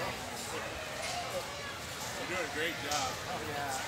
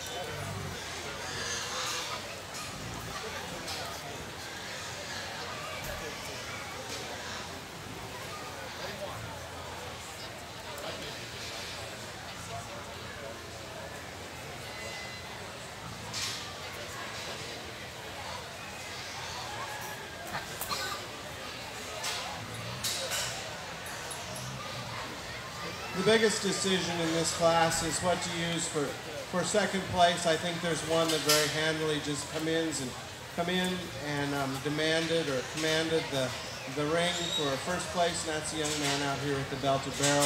I think he just very easily wins this class. We can talk about all the ER things that he has. He's bolder, he's heavier boned, he's heavier muscled, he's nicer designed, he gets out and moves across the ring. The young man does a very excellent job of presenting this barrel and getting him out and moving in the show ring. I really like the way that he moves and presents himself. This fits in there very nicely. When it comes down to second place, it's between the young man with the narrow belted gilt out there and the young man here with the blue marked gilt barrel here. Like them both very, very well. Some of the things that I analyzed was the way they moved away, their rib shape, their soundness, their structure, tall fronted. It's very, very difficult. But as I went through them, I decided to use the young man here with the blue barrel as your second place in the class. I felt he more followed the type of the winner in the class, just a little bigger rib, bolder kind of a barrel, really thick-ended, handles his back legs maybe a little bit better, and is a little bit taller fronted, and I like that about him. The young man's belted gilt out here, very, very good in their own right. just kind of gets out horsed here in this class, but does a very nice job of presenting her. She's a very high-end kind of a market gilt. The other two remaining out here just get out powered and out horsed in this class. They're very nice design kind of market hogs. We like a lot of things about them. They fit that mold as far as, you know, some squareness and trueness and width. They're opened up underneath. They have some rib shape. They have some muscle, but they just don't have quite as much as the ones that are up higher in this class. So they fit into the purple ribbon category very nicely, but they just, excuse me, get outpowered in this class. Let's send them back with a nice round of applause, congratulating them on a very deep, competitive class of market hogs.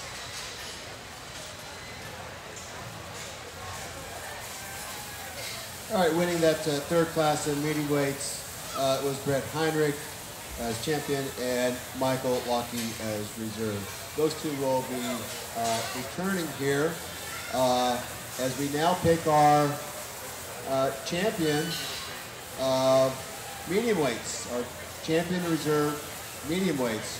So I need Brett and Michael, of course, stay. We need to have Taylor and Michael bring in a second one. And we also have Nicole, Tito, and Connor will be bringing in their pigs as well. This is your medium weight grand champion and reserve champion final drive. In the holding area, at this time, please bring in Pick a Pig, Market Swine heavyweights. Pick a Pig, Market Swine heavyweights in the holding area.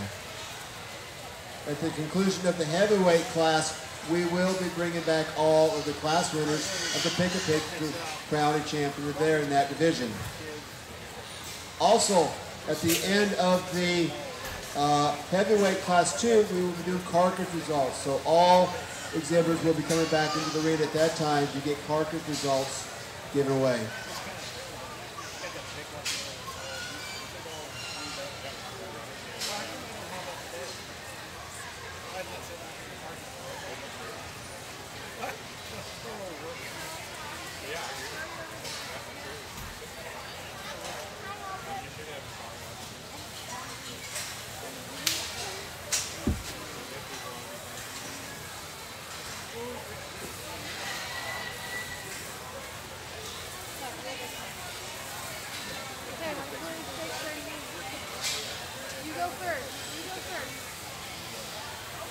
Let's give these three exhibitors a nice round of applause, ladies and gentlemen.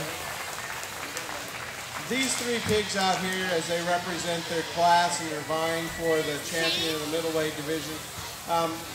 My family and I, we travel a lot of miles every year, going to hog shows, visiting farms, boar studs, different places. And these three pigs out here are high-end, high-quality, very good market hogs. And I just want you to know that you're looking at something that could be very competitive on any level, any part of the United States. So that's something that your county and these exhibitors and these families need to be commended on for putting the work and the time and the effort in to bringing pigs of this quality to the county fair to compete for a division champion. I think that, as I said in class, there's one that just puts it all together for me, just a very powerful, very productive. You use all the ER words you wanted to. This young man's going to be the division champion. Congratulations.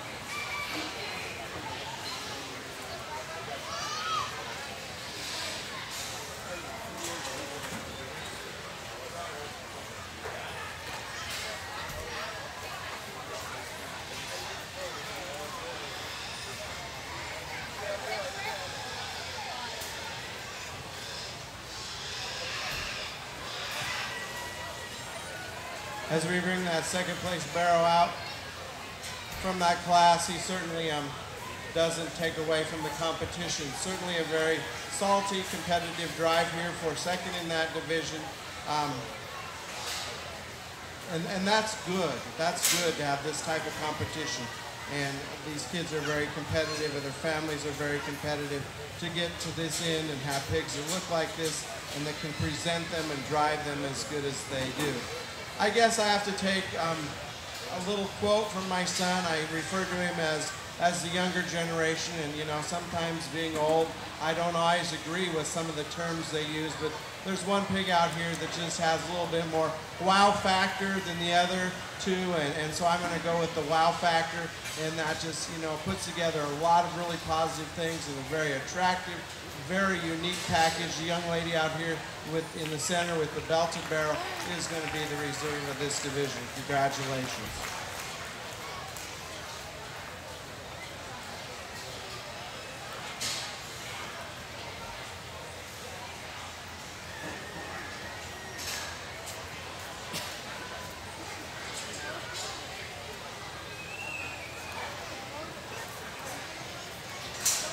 All right, winning that champion medium weight was Brett Heinrich, and reserve was Nicole Keto. Entering the ring at this time will be our final class of Pick a Pig, market swine heavyweights. And at the conclusion of this class, we will bring back all the class winners of the Pick a Pig club, and we'll crown a champion reserve there. So entering the ring now is our heavyweight Pick a Pig.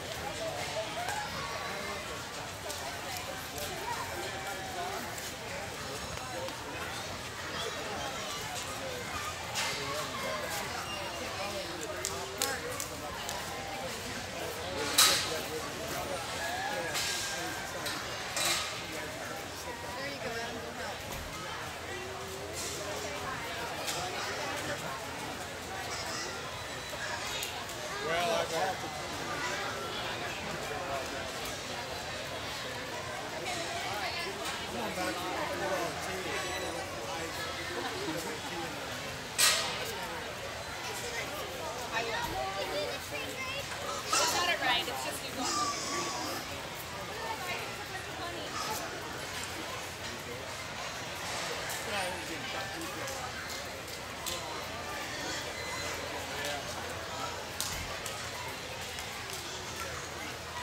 We're going to go ahead and leave these pigs out here in the arena in the blue ribbon category. I think as we've, kind of established a pattern today, and the pigs that are left out here, just need to have a little bit more product in them, a little bit more shape. Some of these pigs, as we get towards the heavier end, as we look at their composition of their carcass, we're getting them a little bit too much cover, not enough muscle, and so they're going to, kind of get dinged there a little bit when we talk about percent lean in the carcass as they go to the rail. But certainly did a nice job of feeding for these individuals. They did a nice job of showing them. So let's give them a nice round of applause and show them that we appreciate their hard work and effort out here today.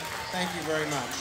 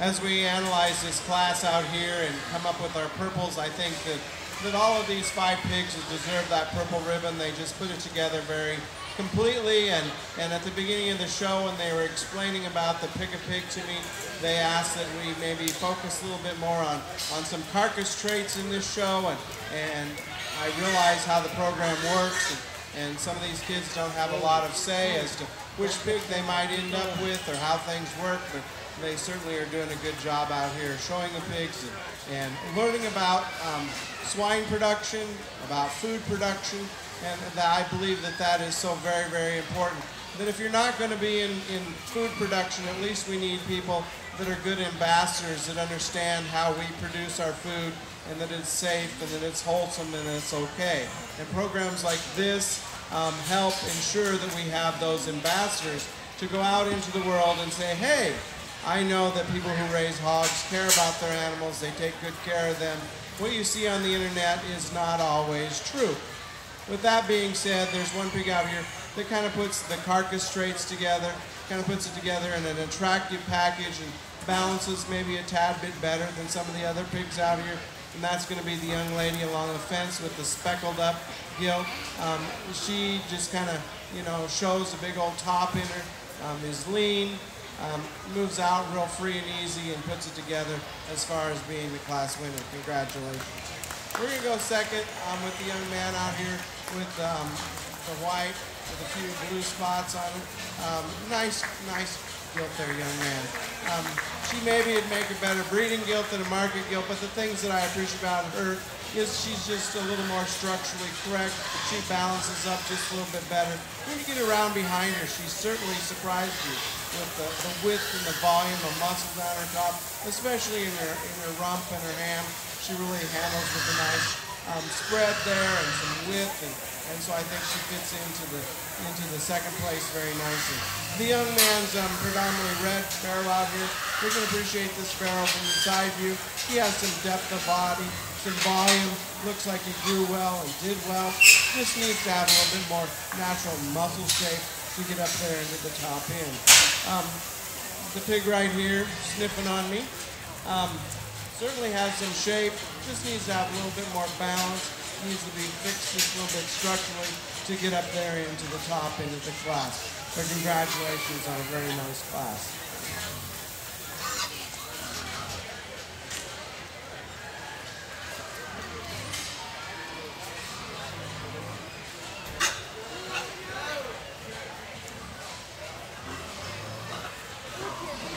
You got a purple. I didn't get up there.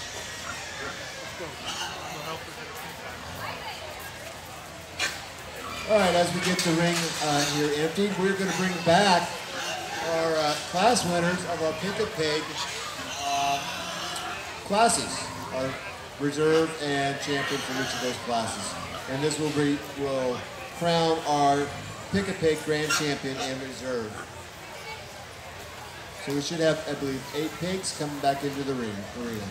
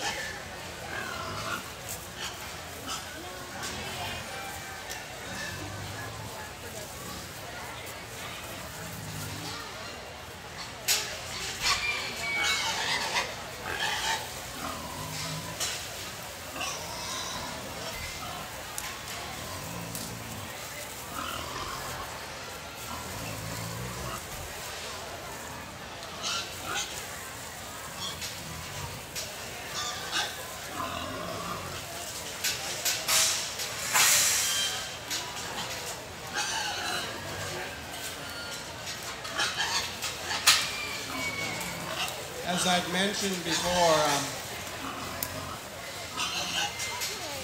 how I valued this program as I learned about it is, you know, it's a wonderful educational opportunity. And being an ag teacher, I'm always, you know, always teaching, always thinking, and there's a lot of things that can be learned from this whole process, this whole project. As I said in Showmanship, that the skills that these kids are practicing, learning, polishing today are skills that they're going to use for the next 80, 90 years of their life, and they're going to rely on them throughout their life to be successful at whatever it is that they choose to do. So this is just a vehicle for them to learn about bigger things in life, how life works, and what a wonderful opportunity for these kids to be able to do this and participate in this. So, ladies and gentlemen, that we're part of the Pick a Pig program, make sure to thank and thank and thank those people who helped you get here today. You know who they are. You know what they do. I don't know all of them particularly, but you do.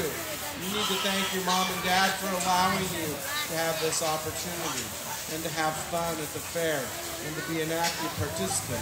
That's how we learn, is by hands-on active participation. There's one pig out here that just kind of puts it together for me as far as what I think a market hog should be, as far as muscle, as far as carcass quality, carcass value, as far as some things that go into making a pig with some production. And so those are some of the traits that I looked at when I was evaluating these pigs here today.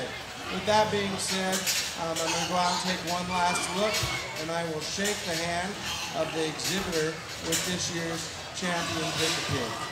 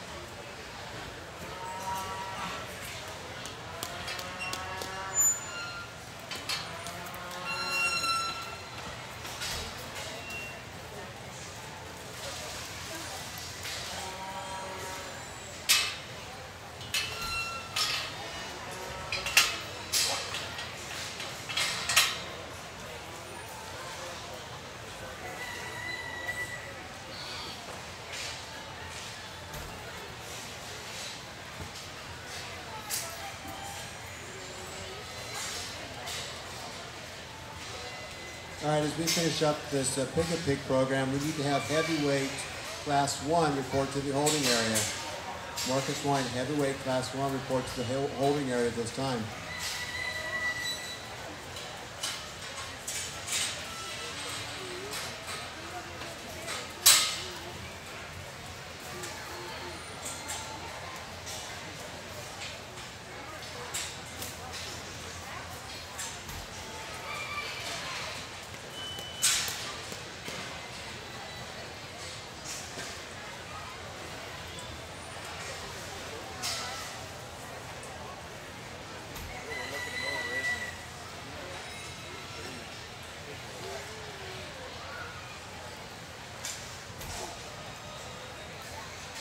Judging a hog show is just more than trying to pick out which pig is going to hang the heaviest muscle, the leanest, the best carcass.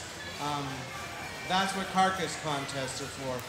But when you judge a show, it's kind of that combination of putting things together, of some production traits, you know, growth rate, structural soundness, things that help the pig grow faster, stay healthy, function better, and get to market quicker.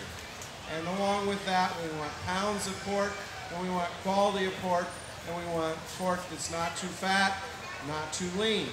And so when we judge a hog show, we put together on foot a lot of those traits that we look for, that we feel or deem that are important as far as production traits, And then we'll add a little bit of balance and style because it is a show. We want the one that looks the best, the one that puts all the pieces together the best to be the champion.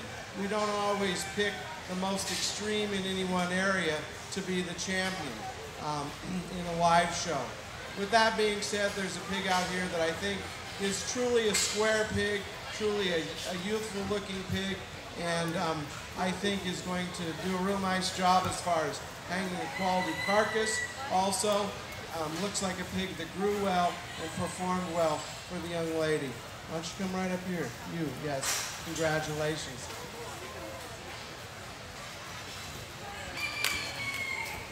Watch out. The other one's mad. She didn't win.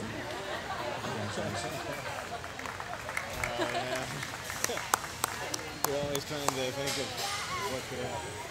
Good job, sweetie. Good job. You almost got ran over there.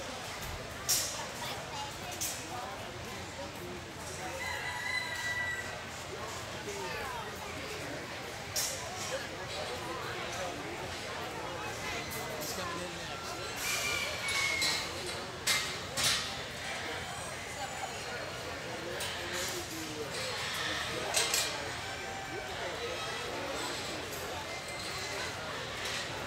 All right, entering the ring here is our first class market swine heavyweights.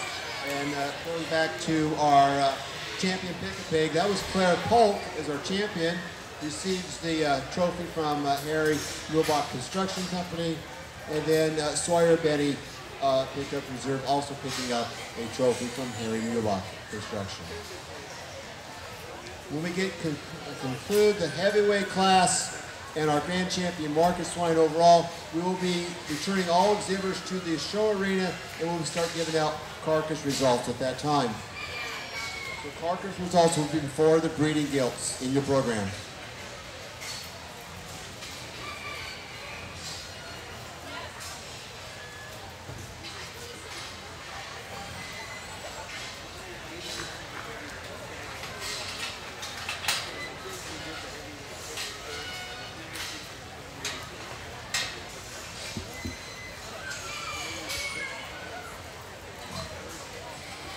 Also want to remind everybody, if you haven't filled out your People's Choice Award yet, get those turned into the box up front here.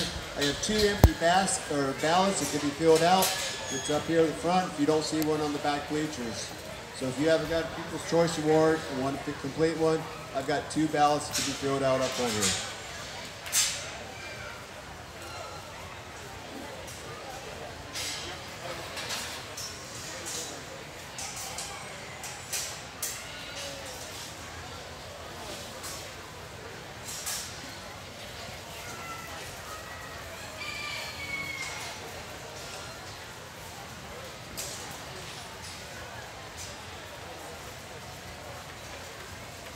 As we analyze these 3 pigs that are left out here in the blue ribbon category, first thing I can say is they need to be commended because the feeder or the geneticist or whoever put these pigs together, to get pigs to this weight and still keep them this lean, that is something to be commended upon. I think they're going to go to the rail with a lot of pounds of product. They're going to have some length of carcass. We just would like to add some more muscle to their carcass, some bigger loin eyes, just a little bit more muscle. And with that, we'd like to open them up underneath and make them track and move just a little bit wider. But congratulations. We'll go ahead and bring the purples out and rework them.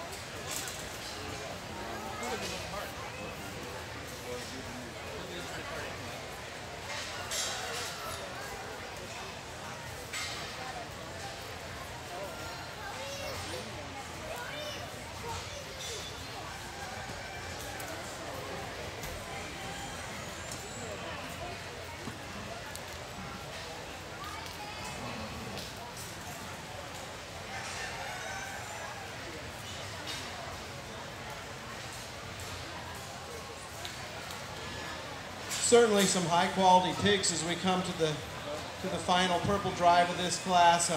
Some pigs that put a lot of positives together. We have pigs that are stout, we have pigs that are opened up, we have pigs that have some muscle, we have pigs that do in a very attractive, useful kind of a package. There's one that just kind of floats to the top very easily for me, and that's the young lady right here. She's going to be your class winner. Just a very unique gilt in her design, her combination of muscle and bone and rib and body, puts it together in a very attractive package. We're going to go second in the class with the young lady with the black barrel right there, white-footed black barrel. Just a real nice appearing barrel from the side view profile. Just puts it together, just gets outhorsed and outpowered by the gilt that wins the class, but certainly a very useful, very nice kind of a market barrel. Just ran into a real tough class with that class winner. The other young lady here with the black gilt, a gilt that I really like from the side profile, a gilt that has got a lot of positives to her. But when we compare her to the two above her, she just isn't quite as blown apart. She just doesn't have the mass and muscle and thickness that the two that are above her do. The other two blue pigs out here, certainly deserving of a purple ribbon, but just kind of get outpowered when we look at true thickness, true muscle, true mass and dimension. Maybe need to be a little bit sounder, freer and easier as they go away from you. And so that puts them in the purple ribbon category, but they just need to be a little bit stouter to get up there into the top end. Congratulations.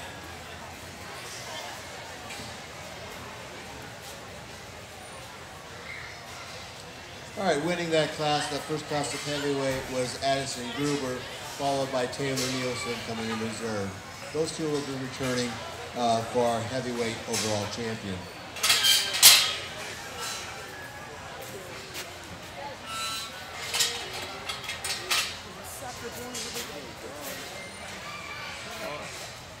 You gotta go get ready for your class, and I got a board meeting thing I gotta go to, so.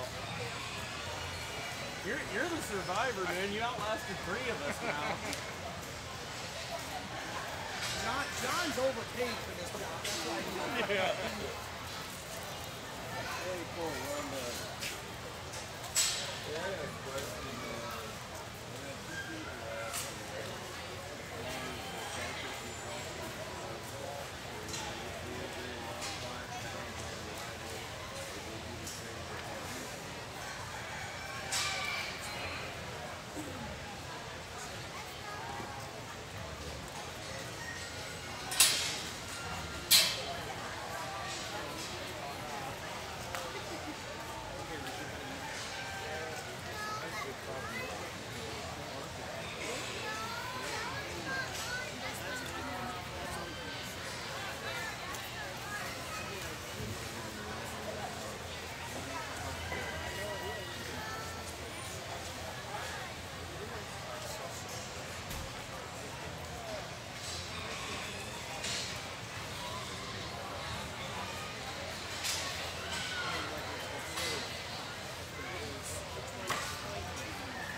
Taylor Nielsen, you need to bring your pig back up to the holding area at this time, please. Taylor Nielsen, bring your pig up to the holding area.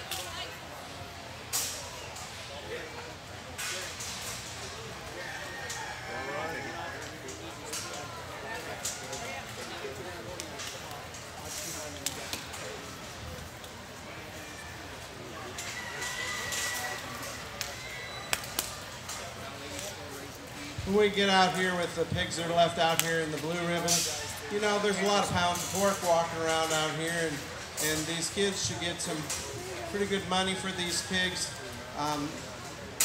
when they go to market. These are the kind of pigs that I think we kill a lot of every day in the commercial industry, and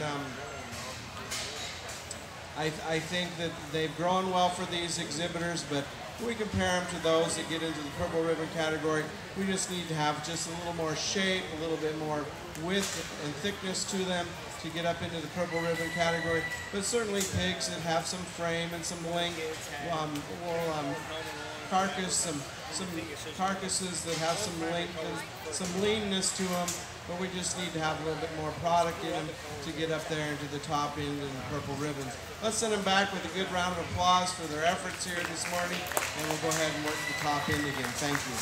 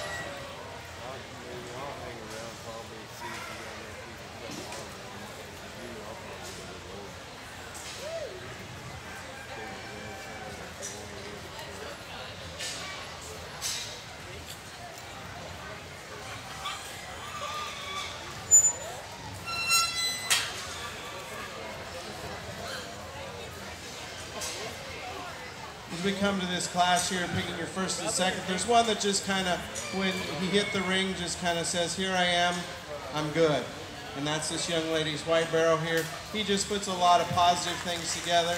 The most complete, he's the combination pig of the class, and we can appreciate him for that and reward him with first place in this class. We're going to go second with the Burke pig here, a gilt that certainly has some shape and some design and some muscle to her. Would like to fix her on her rear wheels a little bit better to get her up into the top end, but certainly is a heavy muscle, productive oriented kind of a gilt that does it in a really nice package.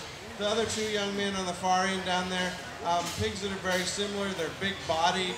They have some natural width and rib to them. Just don't have that extra shape and muscle, look and design to get them up into the top end, but certainly good enough to get into the purple ribbons. So congratulations, young men, on your pair of purple ribbon pigs.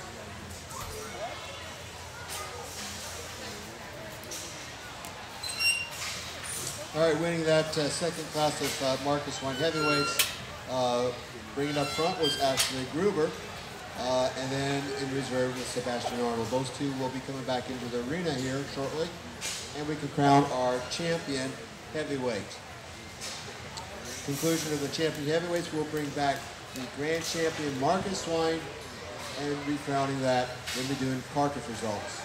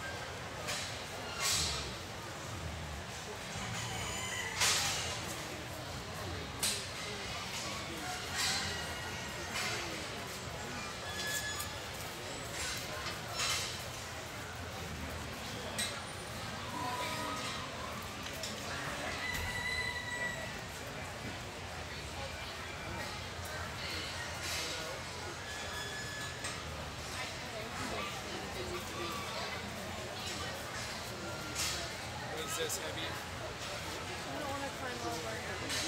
Warren, get over it. Climb over it. Because you can't open it. A little bit. You got one pin out of it now. I know, but I don't want to do that. Certainly a competitive drive out here for this division. Two very outstanding pigs. They all have their own positive traits, but we just kind of need to sort through and put some fundamentals to things and decide what it is that we're looking for and how we want to put a market hog together. And one of the things that really is important to me that I stress a lot at home is structure and soundness, and I think the barrow just puts the structure and soundness together just a tad bit better than the gilt. The gilt just wants to labor a little bit off of her rear legs, doesn't come as square and true off of her hind end as the barrow does. So your barrow's going to be your champion of this division. Congratulations.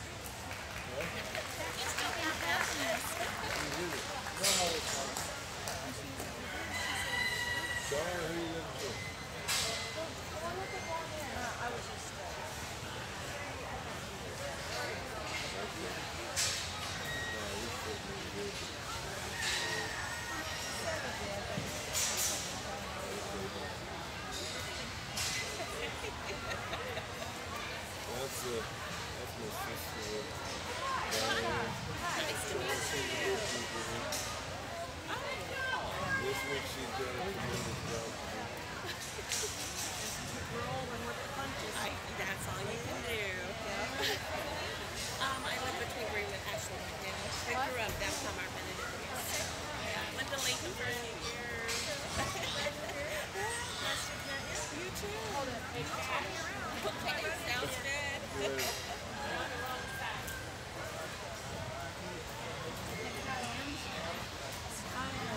Oh, so I didn't even register.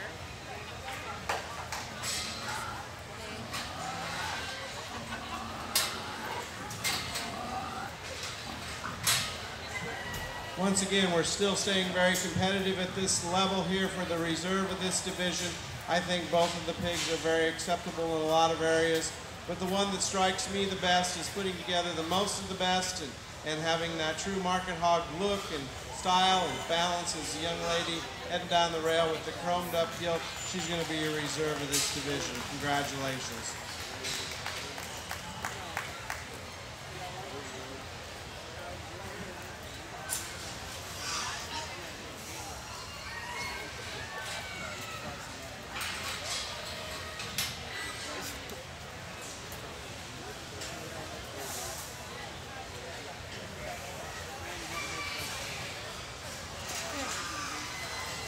All right, winning our heavyweight was Ashley Gruber, and followed up by, I believe it's probably your younger sister, Addison.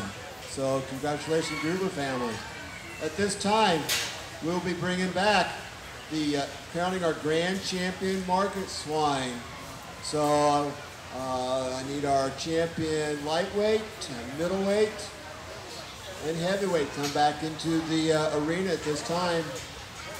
Those three pigs will crown our grand champion market swine. Sponsoring our trophy for our heavyweight was Farm Credit Services, and the Ron Dowdy family sponsored the reserve. Yep. Josie.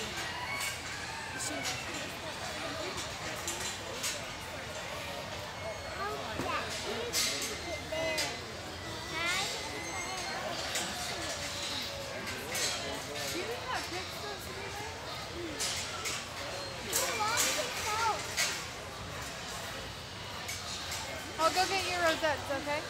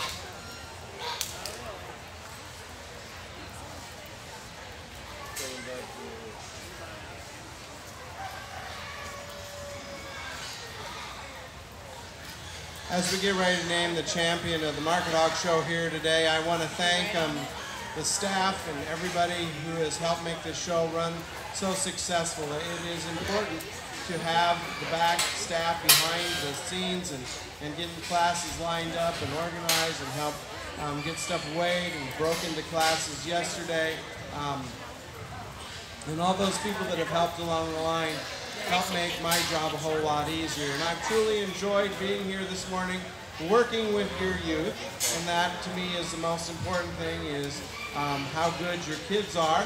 The second is how good your livestock is. And I certainly do like the kids that you have here that are in your program. They need to be commended on their professionalism, their sportsmanship, and the way they conducted themselves here this morning.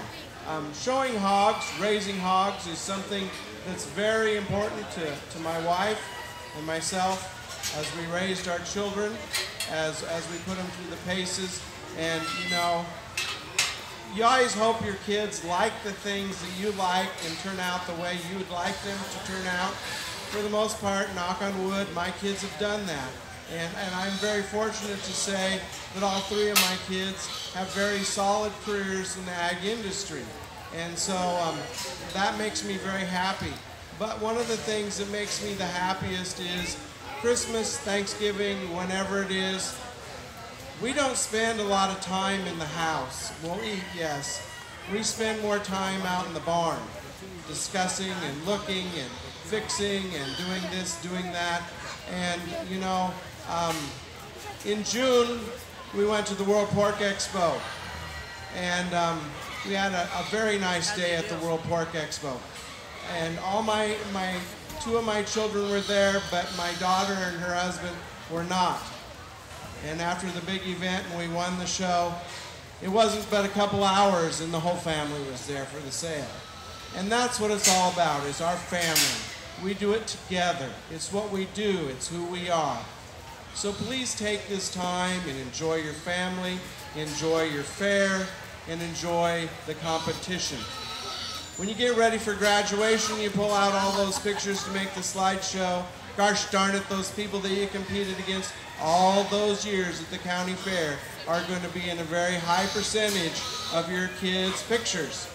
And you know what? Those are going to be the people that come to their weddings and that you interact with in college and all those times throughout life. So do appreciate the opportunities and the things you have, because it is important to some people. I know it's very important to my wife and myself, and so keep things in perspective.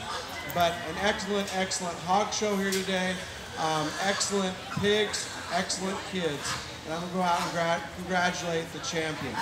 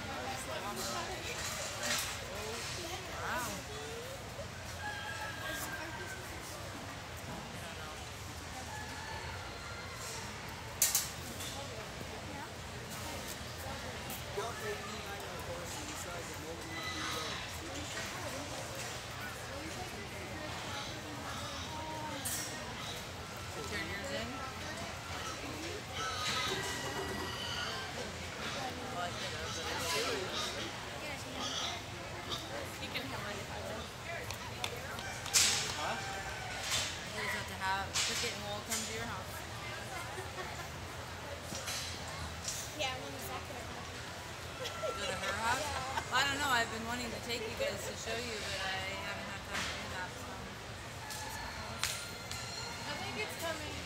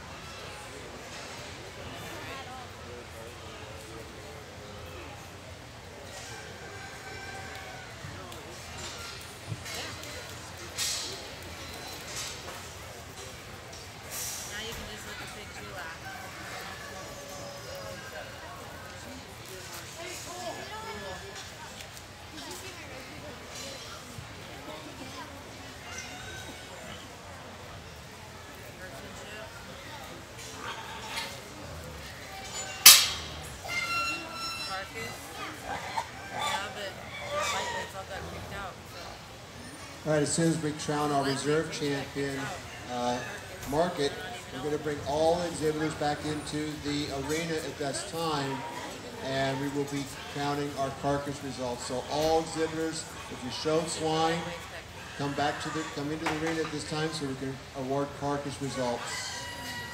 And then we'll get into our breed show.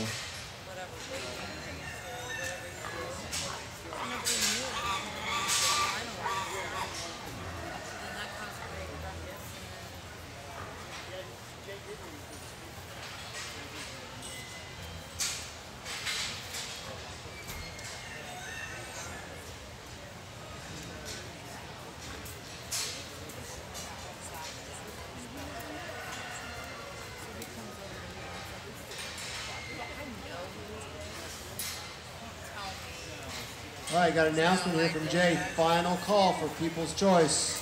Final call for People's Choice. If you can get that in now, he says. Now.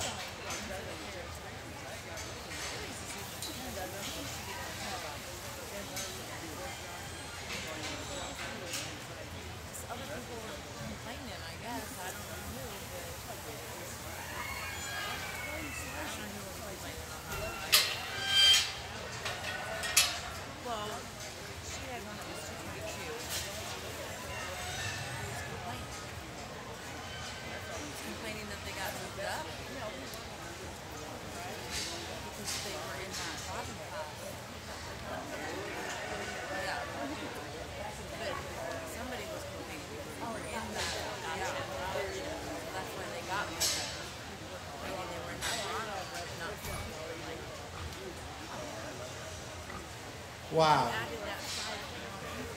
This is really, really difficult. There's so many things that I like in each one of these pigs out here, and I thought about causing a little bit of confusion and congratulating the young lady with the blue shirt as the winner, but I don't know if I can get off that easy or not.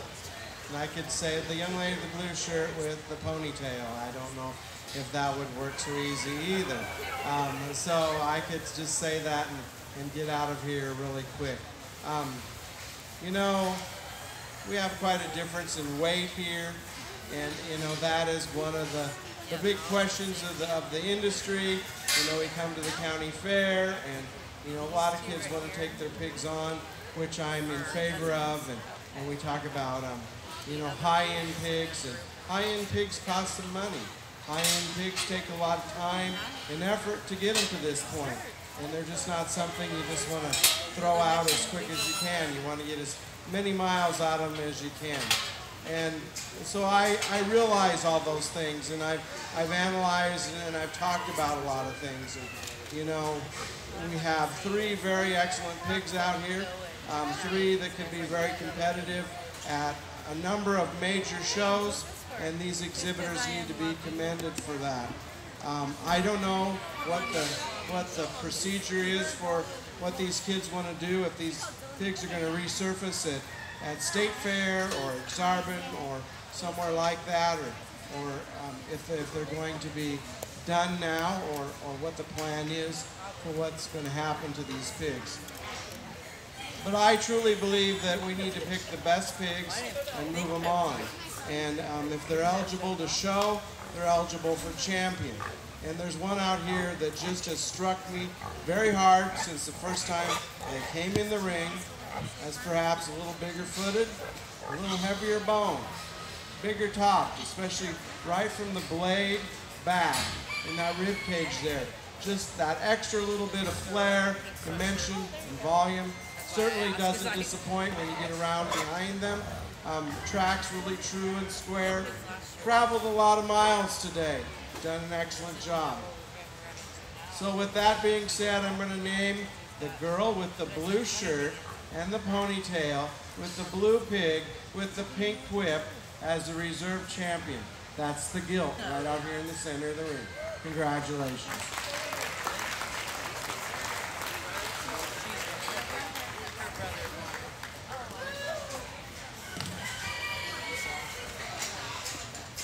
All right, our champion, grand champion Marcus Swine was Brent Heinrich, and reserve was Jacqueline Heinrich. Receiving trophies for were from Don Deerberger, supported the grand champion, and Clyde and Helen Neighbor, the reserve champion. All right, at this time, I want all swine exhibitors to come into the arena at this time. All swine exhibitors at this time come into the center of the ring. We're going to award carcass results, carcass trophies, and ribbons. So everybody come into the arena. Everybody, all. Everybody.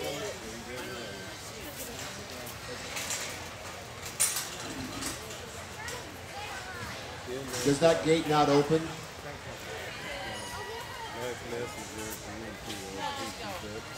that way. Don't close that, Grandpa. I'm going Go over right here.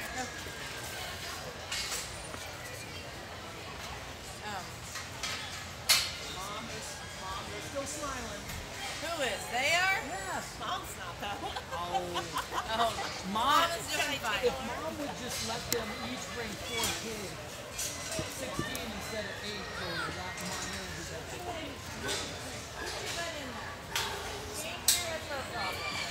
All right, is all our exhibitors present? All swine exhibitors. Carcass results, trophy, ribbons, premium. Y'all have your blue shirts on to be eligible for this, correct?